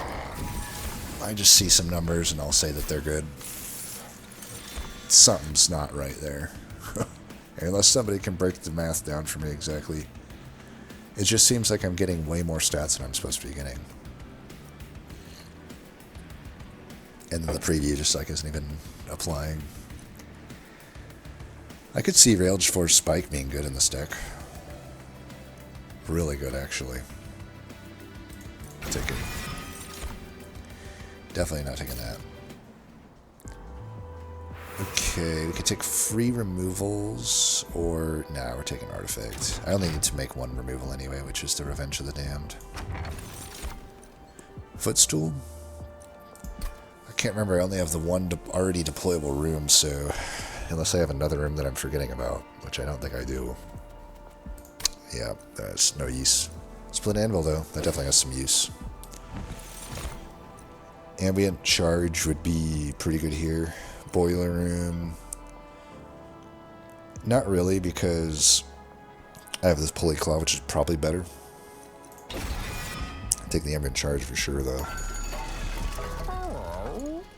Holy Stone. Could put it on the Railforge Spike. Sucks if I would love to consumer move it, maybe, though. It's probably not even that good to consumer move, though, honestly. Double stack. I suppose I could double stack this. Might as well use all this money. So probably this is fine. Like I don't think I'm consumer moving it anyway. I wouldn't mind still maybe just putting a -2 on it. That makes it have Forge 8 even if I play it for 0. Any other -2 is not getting the extra Ember of value anyway, so I think it's fine. 20 power. We're just removing Revenge of the Damned.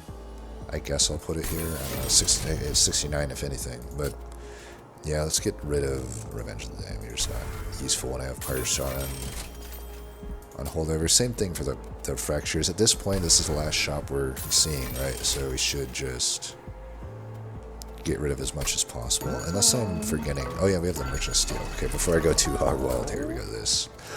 Oh, that could make replaying this unit a lot easier. In some cases. I'd love to get a multi-strike though on it instead. Is that too much to ask? Honestly, this is probably fine. This allows us to actually make use of the combo that we're trying to do to some degree. Maybe just give a flat 40 here. I mean, this also gives 40 once I have 4 echoes, which is pretty quick actually. So this is actually better. Yeah, we'll just do that. Do I even need to reroll? I got that fly that has slots still, and that's it. And the fly, honestly, I'm open to removing the fly. It actually is not super useful to this deck. If anything, it's actually a detriment in a lot of ways. Oops, I did not mean to reroll. Oh, and then Large Slab, which is a ton of stats. I mean, look at that, 40 and 120. Honestly, I could put that on the fly, and then maybe I like it again.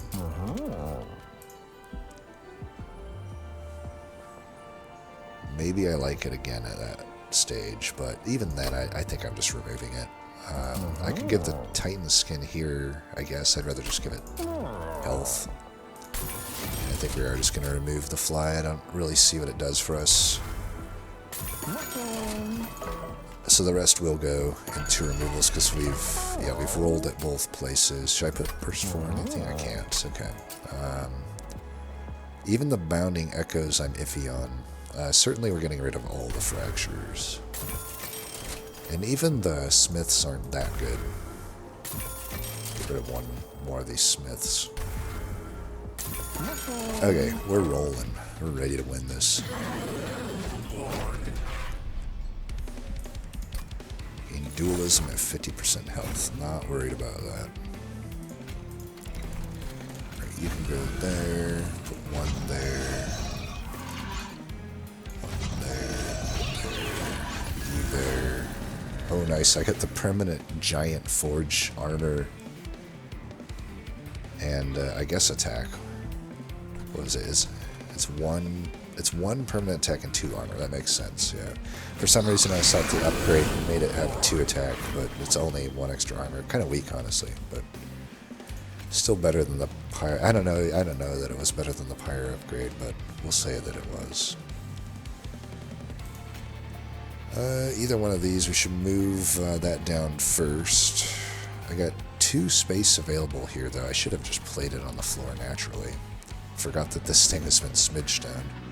I don't have any other units to play, but I could draw into them with the ambient charge. I'm trying to remember, I don't even really put an equipment on Juggernaut, so I could just do it there. Probably makes sense.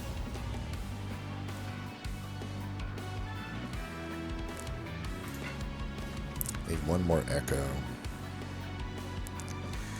Not easy for me to get right now without killing this, so I guess I will just bring this guy down. Then we'll charge. Weldling does have some stuff we can do. Let's smelt one of these.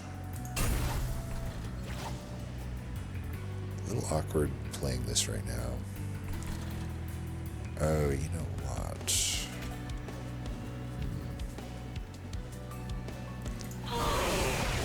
Does this even protect this guy? Is it even that big of a deal if Herzl dies? Probably not, honestly.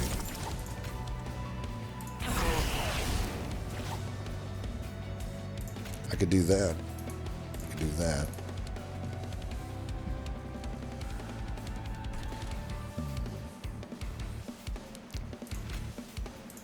Let's see what this does. It straight up lives. Alright, I put Titanite. I'm a genius. The Titanite totally came in the clutch. Perfect. Let's do that. I guess I'll do this as well over here. And then I'll just do this after all this. And we can give you attack. Even though it says burst, it's like I'm going to get more value out of the smelting edge damage. Alright, at 62, I still get killed by him, but eventually I'll double stack daze him, so I could bring what's-his-name down. Let's do this first. I do lose a kill here. I guess there's no point in losing that kill. We can just do this here then. We'll do this. And could dupe this unit. I still want to do the Juggernaut dupe, I think. Let's do this. So we got 18 forge here. This guy really isn't gonna end up being the shit. And honestly, I'd rather maybe forge him than this equipment. I don't know, because the equipment is awkward for me to place right now. I guess I could place it here though. That's pretty good too. Could do that and then just throw a pity forge his way. I think that's fine. I could also dupe this equipment, but I want to save this dupe for the Juggernaut just for the ridiculousness of that. So yeah, let's forge this. I'll put 1 point into this other one, and then I mean, really, I should have been maybe I should have put that up here maybe to keep Herzl alive, but yeah, whatever. Let's get these echoes spread out somewhat. Some big damage right there. And that kills that. They stay alive. Let's really kill that. goes, we can definitely do this. We still don't have the magnetic relay. That'll be our big turn coming up. Let's do this for now then. Wow, how am I getting all this Wither Bloom? This guy's getting destroyed, dude. Honestly, it doesn't matter that much that he dies, but he does kind of suck. Just get this one down, I guess. Wait. Why is that giving him... I'm so confused. Why is he getting so much attack just by moving down?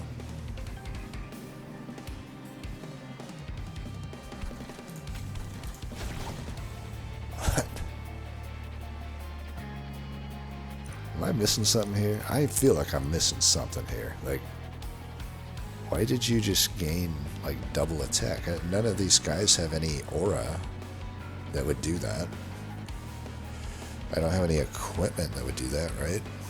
So what gives? Like, why do you have, like, triple the attack that you just had? Let's draw some cards.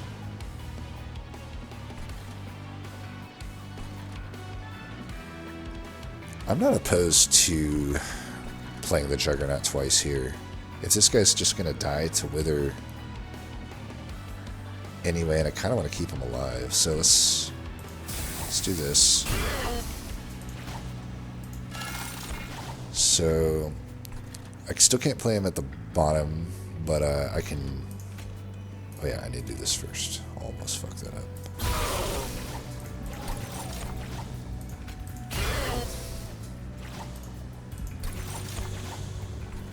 Okay, let's put you there. I'll put one up here. Put another one here as well. I might as well... Should I keep drawing? I don't think I gain much by continuing to draw, right? Doesn't seem like it. Maybe I draw that. So this guy is turning into a tank now. Let's just kill all of these. Look at my Pyre attack. It's up to 350. This is actually such a fun run. We redraw magnetic relay immediately. You're still one on that cooldown, so let's just etch one of these. I don't know. I do kind of still want to do this. Do I want to draw cards here? I really don't need to. Okay, so let's do it again. Maybe I can throw... Granted, you know, I'm only getting one back now, but that's okay. I think we want to just follow this guy around and fuck him up. I can eventually just move him wherever I need him.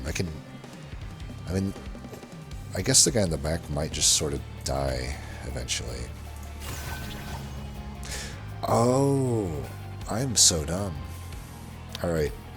I know I'm gonna get deservedly so. I'm gonna get roasted in the comments, but at least I saw the error of my ways.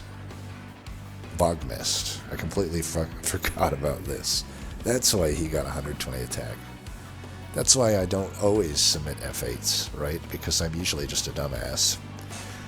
But in this case, you know, I didn't submit an F8 on that, so go me. Look at the positive side of things.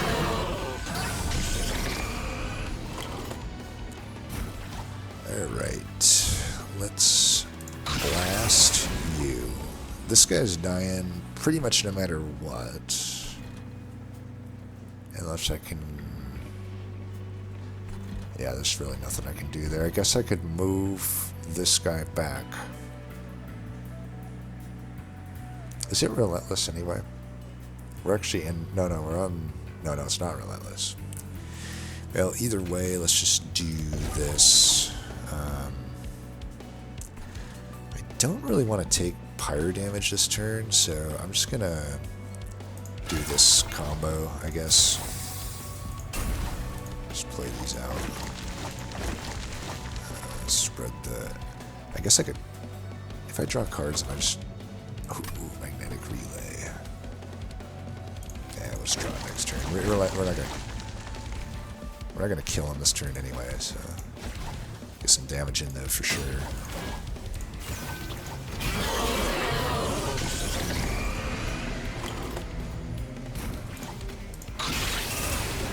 Alright, let's get the boss kill with, oh no, you're on one cooldown. I was like, we can get the boss kill with that. Whatever. Just kill him.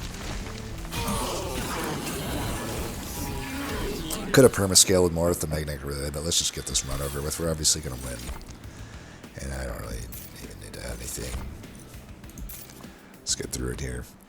It's been a fucking nearly 2-hour long video anyway. This is going to be hard to make videos for, this mode. I may have to go back to the normal runs for the majority of my recordings, unless I start dividing these into 2 parts maybe.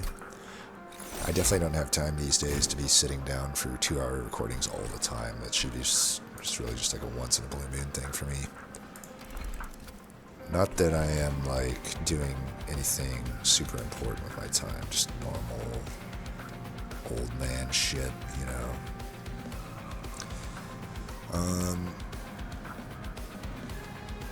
Dangerous to put him top, but again, he doesn't need to live here. I think we're fine doing this. I will put, I suppose, them both there.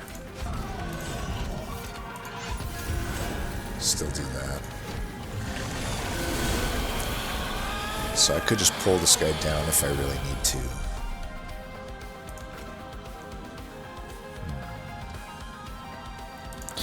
So I can just play this, and I mean even and that.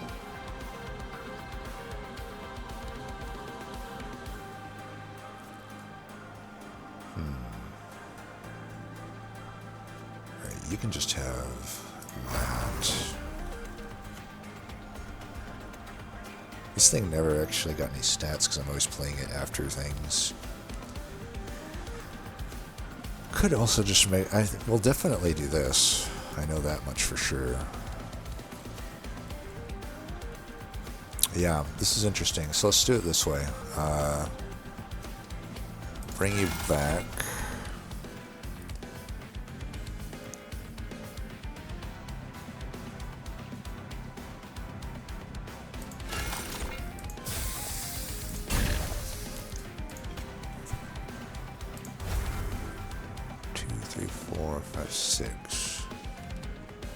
Yeah, I can save the other etch, I think. So I'll give this here, put you in the very back. You actually have so much more attack because of that. That echo thing is pretty legit. And I can just put this up here. I might as well... I mean, we don't care about taking the 2 damage. So let's... Yeah, let's do... this... that...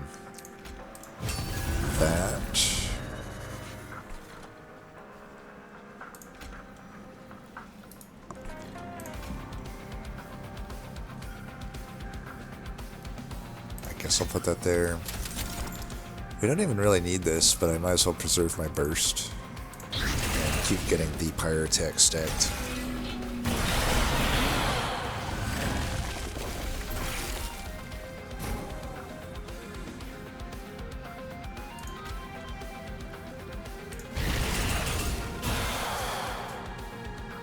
I love that we're tanking with the salvage machine. Wow, it has 69 health. That's awesome.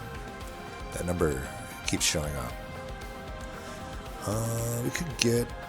Man, I can't even really mass produce anything here. We'll just do this. That, for sure, get rid of these, and just get rid of this, I guess. Oh, and... let's move you... I should have done this before. Should move you down here. We can, I guess, edge from here. That's fine. That brings him back up here, so we can get more damage in that way.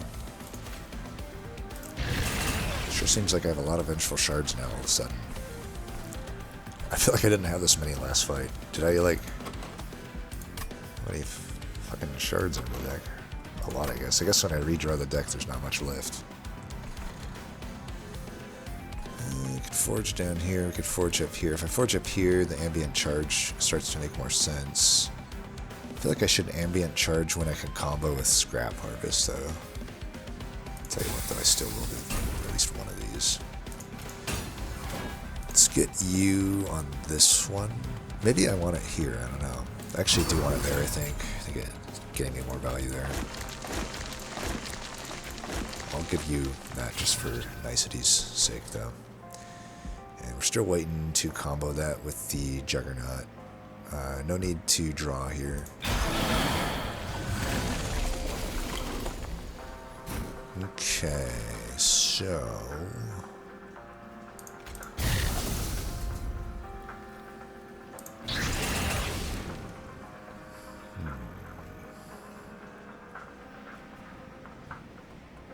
Still no relay. So... just play this, I suppose. I'm not going to use my big turn here. I mean, I could if I want to ambient charge. This doesn't seem like the turn to do it anyway, though, because I'm like... It'll be better when I can line all these Juggernauts on the same floor to hit this guy. So yeah, we'll just do one etch here. I'll put this here, I guess. This guy's certainly never dying. Yeah, give you some damage.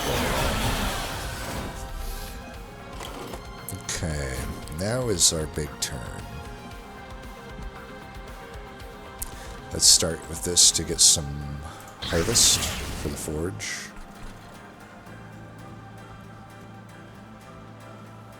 Yeah, let's do this. How many do I have in hand? 1, 2, 3, 4, 5, 6, 7, 8, 9. So I need to play another card. Let's do this, I guess. I also ambient charge to the top of the deck. Oops. Oh well. Doesn't matter where I do this, I guess.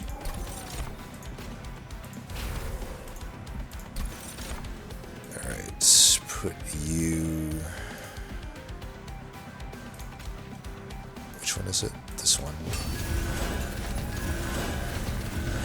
That's a lot of damage.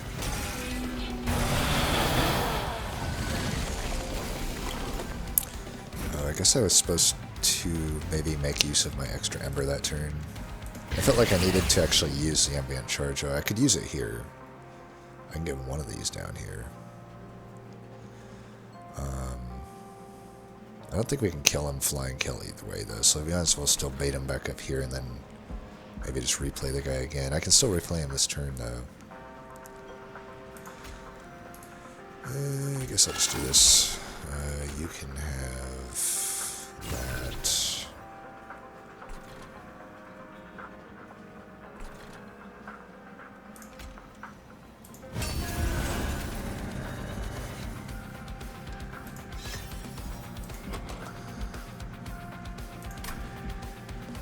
We use this, and then I can do.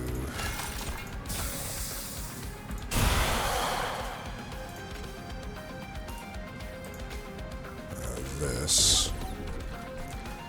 I guess we just bring you down, get that damage in, it's fine.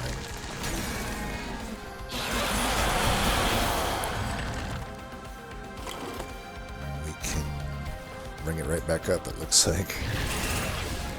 So let's do that. I actually don't care about getting ambient charge here anyway, so that's fine.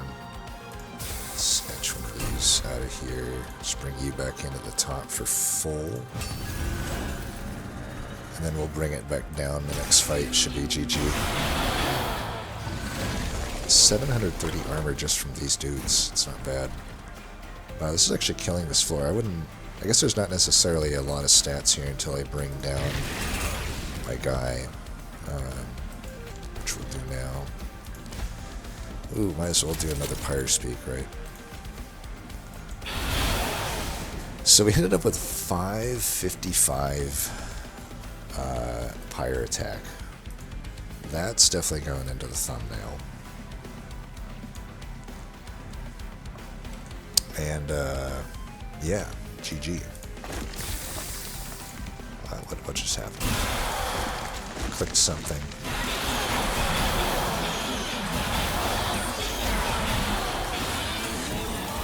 So yeah, I won't be able to record my whole progress through the Soul Savior, whatever mode it's called. A, because these runs are too damn long, and B, because I'm just going to be grinding this in my Steam Deck for a lot of the case. Oh yeah, I forgot to talk about the Steam Deck. Beware Steam Deck and eventual Switch players, unless I've notified them about the issue, but hopefully they fix it in upcoming builds. But basically, it's something that was already fixed in the base game. Only controller players are going to know what I'm talking about, but basically it's like, when you're playing on controller, you select each node, and it's like highlighted for you to hit your A or selection button on. And for the most part, the base game protected you as well as it could from accidentally going to the next fight and skipping your rewards or your shops and whatnot. What I've noticed is Soul Saver does not do it that well.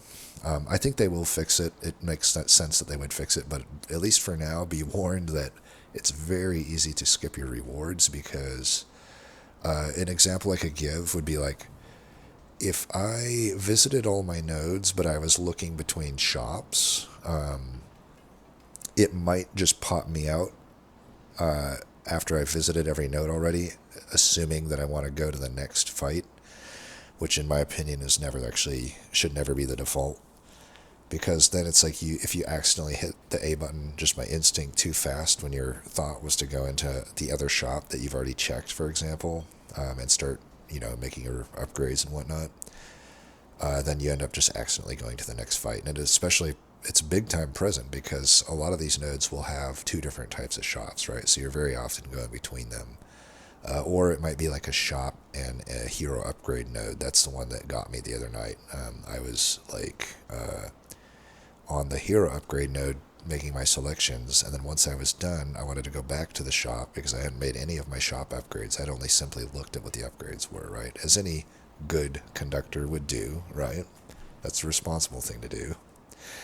And I was punished for being responsible because the game friggin' auto-highlighted to the top node, which is to go to the next fight, and then I didn't get to use any of my Merchant of Steel upgrades. It was also an upgraded Merchant of Steel, just to make it sting even more. Oh, nice. We didn't have this card unlocked. I like this card a lot, Metallurgy. It's just really solid. Especially when you are the base Railforge where you're kind of hurting for smelt. It's just a great card that adds the smelt keyword. Sentry turret. This is my favorite turret, for sure. If I am going to use a turret, this is usually the turret I use. It still needs ways to get an attack, but that's, usually either through Forge or your other clan. And if you can do that, it is still not like the most amazing unit in the world because it is not a banner unit, but that's not a big deal for Railforge. Railforge does not mind having non-priority draw units as long as you just have a bunch that are useful forge targets, right? Pressurized boiler, the Pyre gains burst 4. I don't know, I've never actually used that. It doesn't seem god tier or anything, but I could see it being useful, since the leaks are so devastating, especially if you leak a tank. It comes into play in the higher difficulties of this mode for sure, and even a boss in some cases, I could see this being good. It would be pretty weird with Pyre Speak, though, because I assume Pyre Speak just blows every burst. I don't know. I don't know. I haven't tested that one out to know. Nice, we got Hef. Now, I will say this about Hef. Definitely my next video will do Hef. And we may just do a normal run. I don't know. You can let me know what you want to see. Unfortunately, I'm always a little bit behind, or I'm always kind of recording many days out from when I release these videos, but not for this one. This one I'll be putting up immediately. But just to, I guess what I'm saying is if you comment, I may not always see it by the time the next recording comes out, but I'll eventually respond to that. Yeah, but let me know if you're more interested right now in Soul Savior runs or just normal runs. I can do either if there's a specific interest in either one. But yeah, definitely. And just back to the note of Hef, though. I think Hef I like a lot more than Herzl. Hef is like super useful. Just a very valuable champ, pretty much with most of her paths. So yeah, be fun to show the Hef off. Pyre Steward. This is a unit I feel I just take, and I'm like, okay, it's there. It's useful, kinda. You're getting essentially a holy stone that doesn't do anything other than heal you. Like, that's what you're getting out of it. I'm actually surprised I can't, like, highlight the card here. It's kind of weird. I was trying to, like, highlight it to show the ability, but I guess I can't do that. Carriage Jack is fine. Echo Bloom. I do like me some Echo Bloom. That right there. And again, I can't actually highlight the ability for some reason, but it basically is like extract. I can't remember exactly how much, 3 or 4. I'll just go to the logbook after all this. So, Force Contamination. This one's fine. Mine Horde. We all know Mine Horde is decent. Wormkin, Bog Deep Cocoon. Be honest, I don't know. I still don't know about this unit, but maybe. It would obviously be good in this clan combo where you can do a ridiculous amount of etches pretty consistently. Incubation is fine. Sparky. What does this one do? Oh yeah, I don't really like Sparky. Even with Pyre Speak. That would have been the run for it, though, on it, for sure. And then so many other things. I'm just going to... I don't care about the ones I haven't unlocked yet, but what was the other one I unlocked? It was Savanta. I've never taken this, so I can't comment on it. I have been enticed to. I just haven't found the run to do it. It's basically like a poor man's... can't remember the name of the artifact now, but it's that busted artifact that you can pay Pyre health for, Ember. It's like a poor man's version of that, right? So the higher the cost, the more Ember, the more Pyro damage you'll take, but it doesn't really matter when we're talking 1 to 2 to 4 Pyro damage, right? For the most part, you would gladly just put it on a high cost unit. Even like a Shadow Siege, I would probably put it on, but that's the problem. It's like I wouldn't start with this ever. I feel unless I don't know what world I would ever start with this. That's like pretty YOLO. So it's like you already have to take a high cost unit. I feel for this to even be that good, and then you have to find Savanta later after you've already taken a high cost unit. So why wouldn't I just use the one that already gives me a pretty good Ember reduction, pretty much makes almost every unit in the game 0 costed, and gives it Titanite. Like, why wouldn't I just do that and not cost any Pyre damage? That's why I'm like, I look at Savanta and I'm like, I'm sure there's a situation where it's alright, but it doesn't seem that good to me. I don't know that I'll ever actually use it, other than in some rare cases. Oh yeah, Pyre Shot, definitely a nice one. Juggernaut and Pyre Shot definitely were the carries of this run.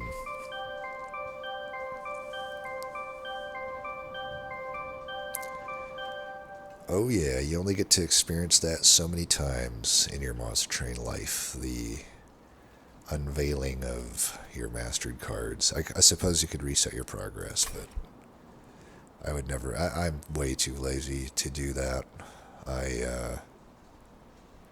No way can I do that. I respect anyone that does that, though. I definitely respect anyone that does that. Well, unfortunately, we can't share seeds in this mode yet, but still, fun run. Definitely the highest I've ever gotten my Pyre attack, for sure, 555. Anyway, as always, thanks for watching, and until next time, peace.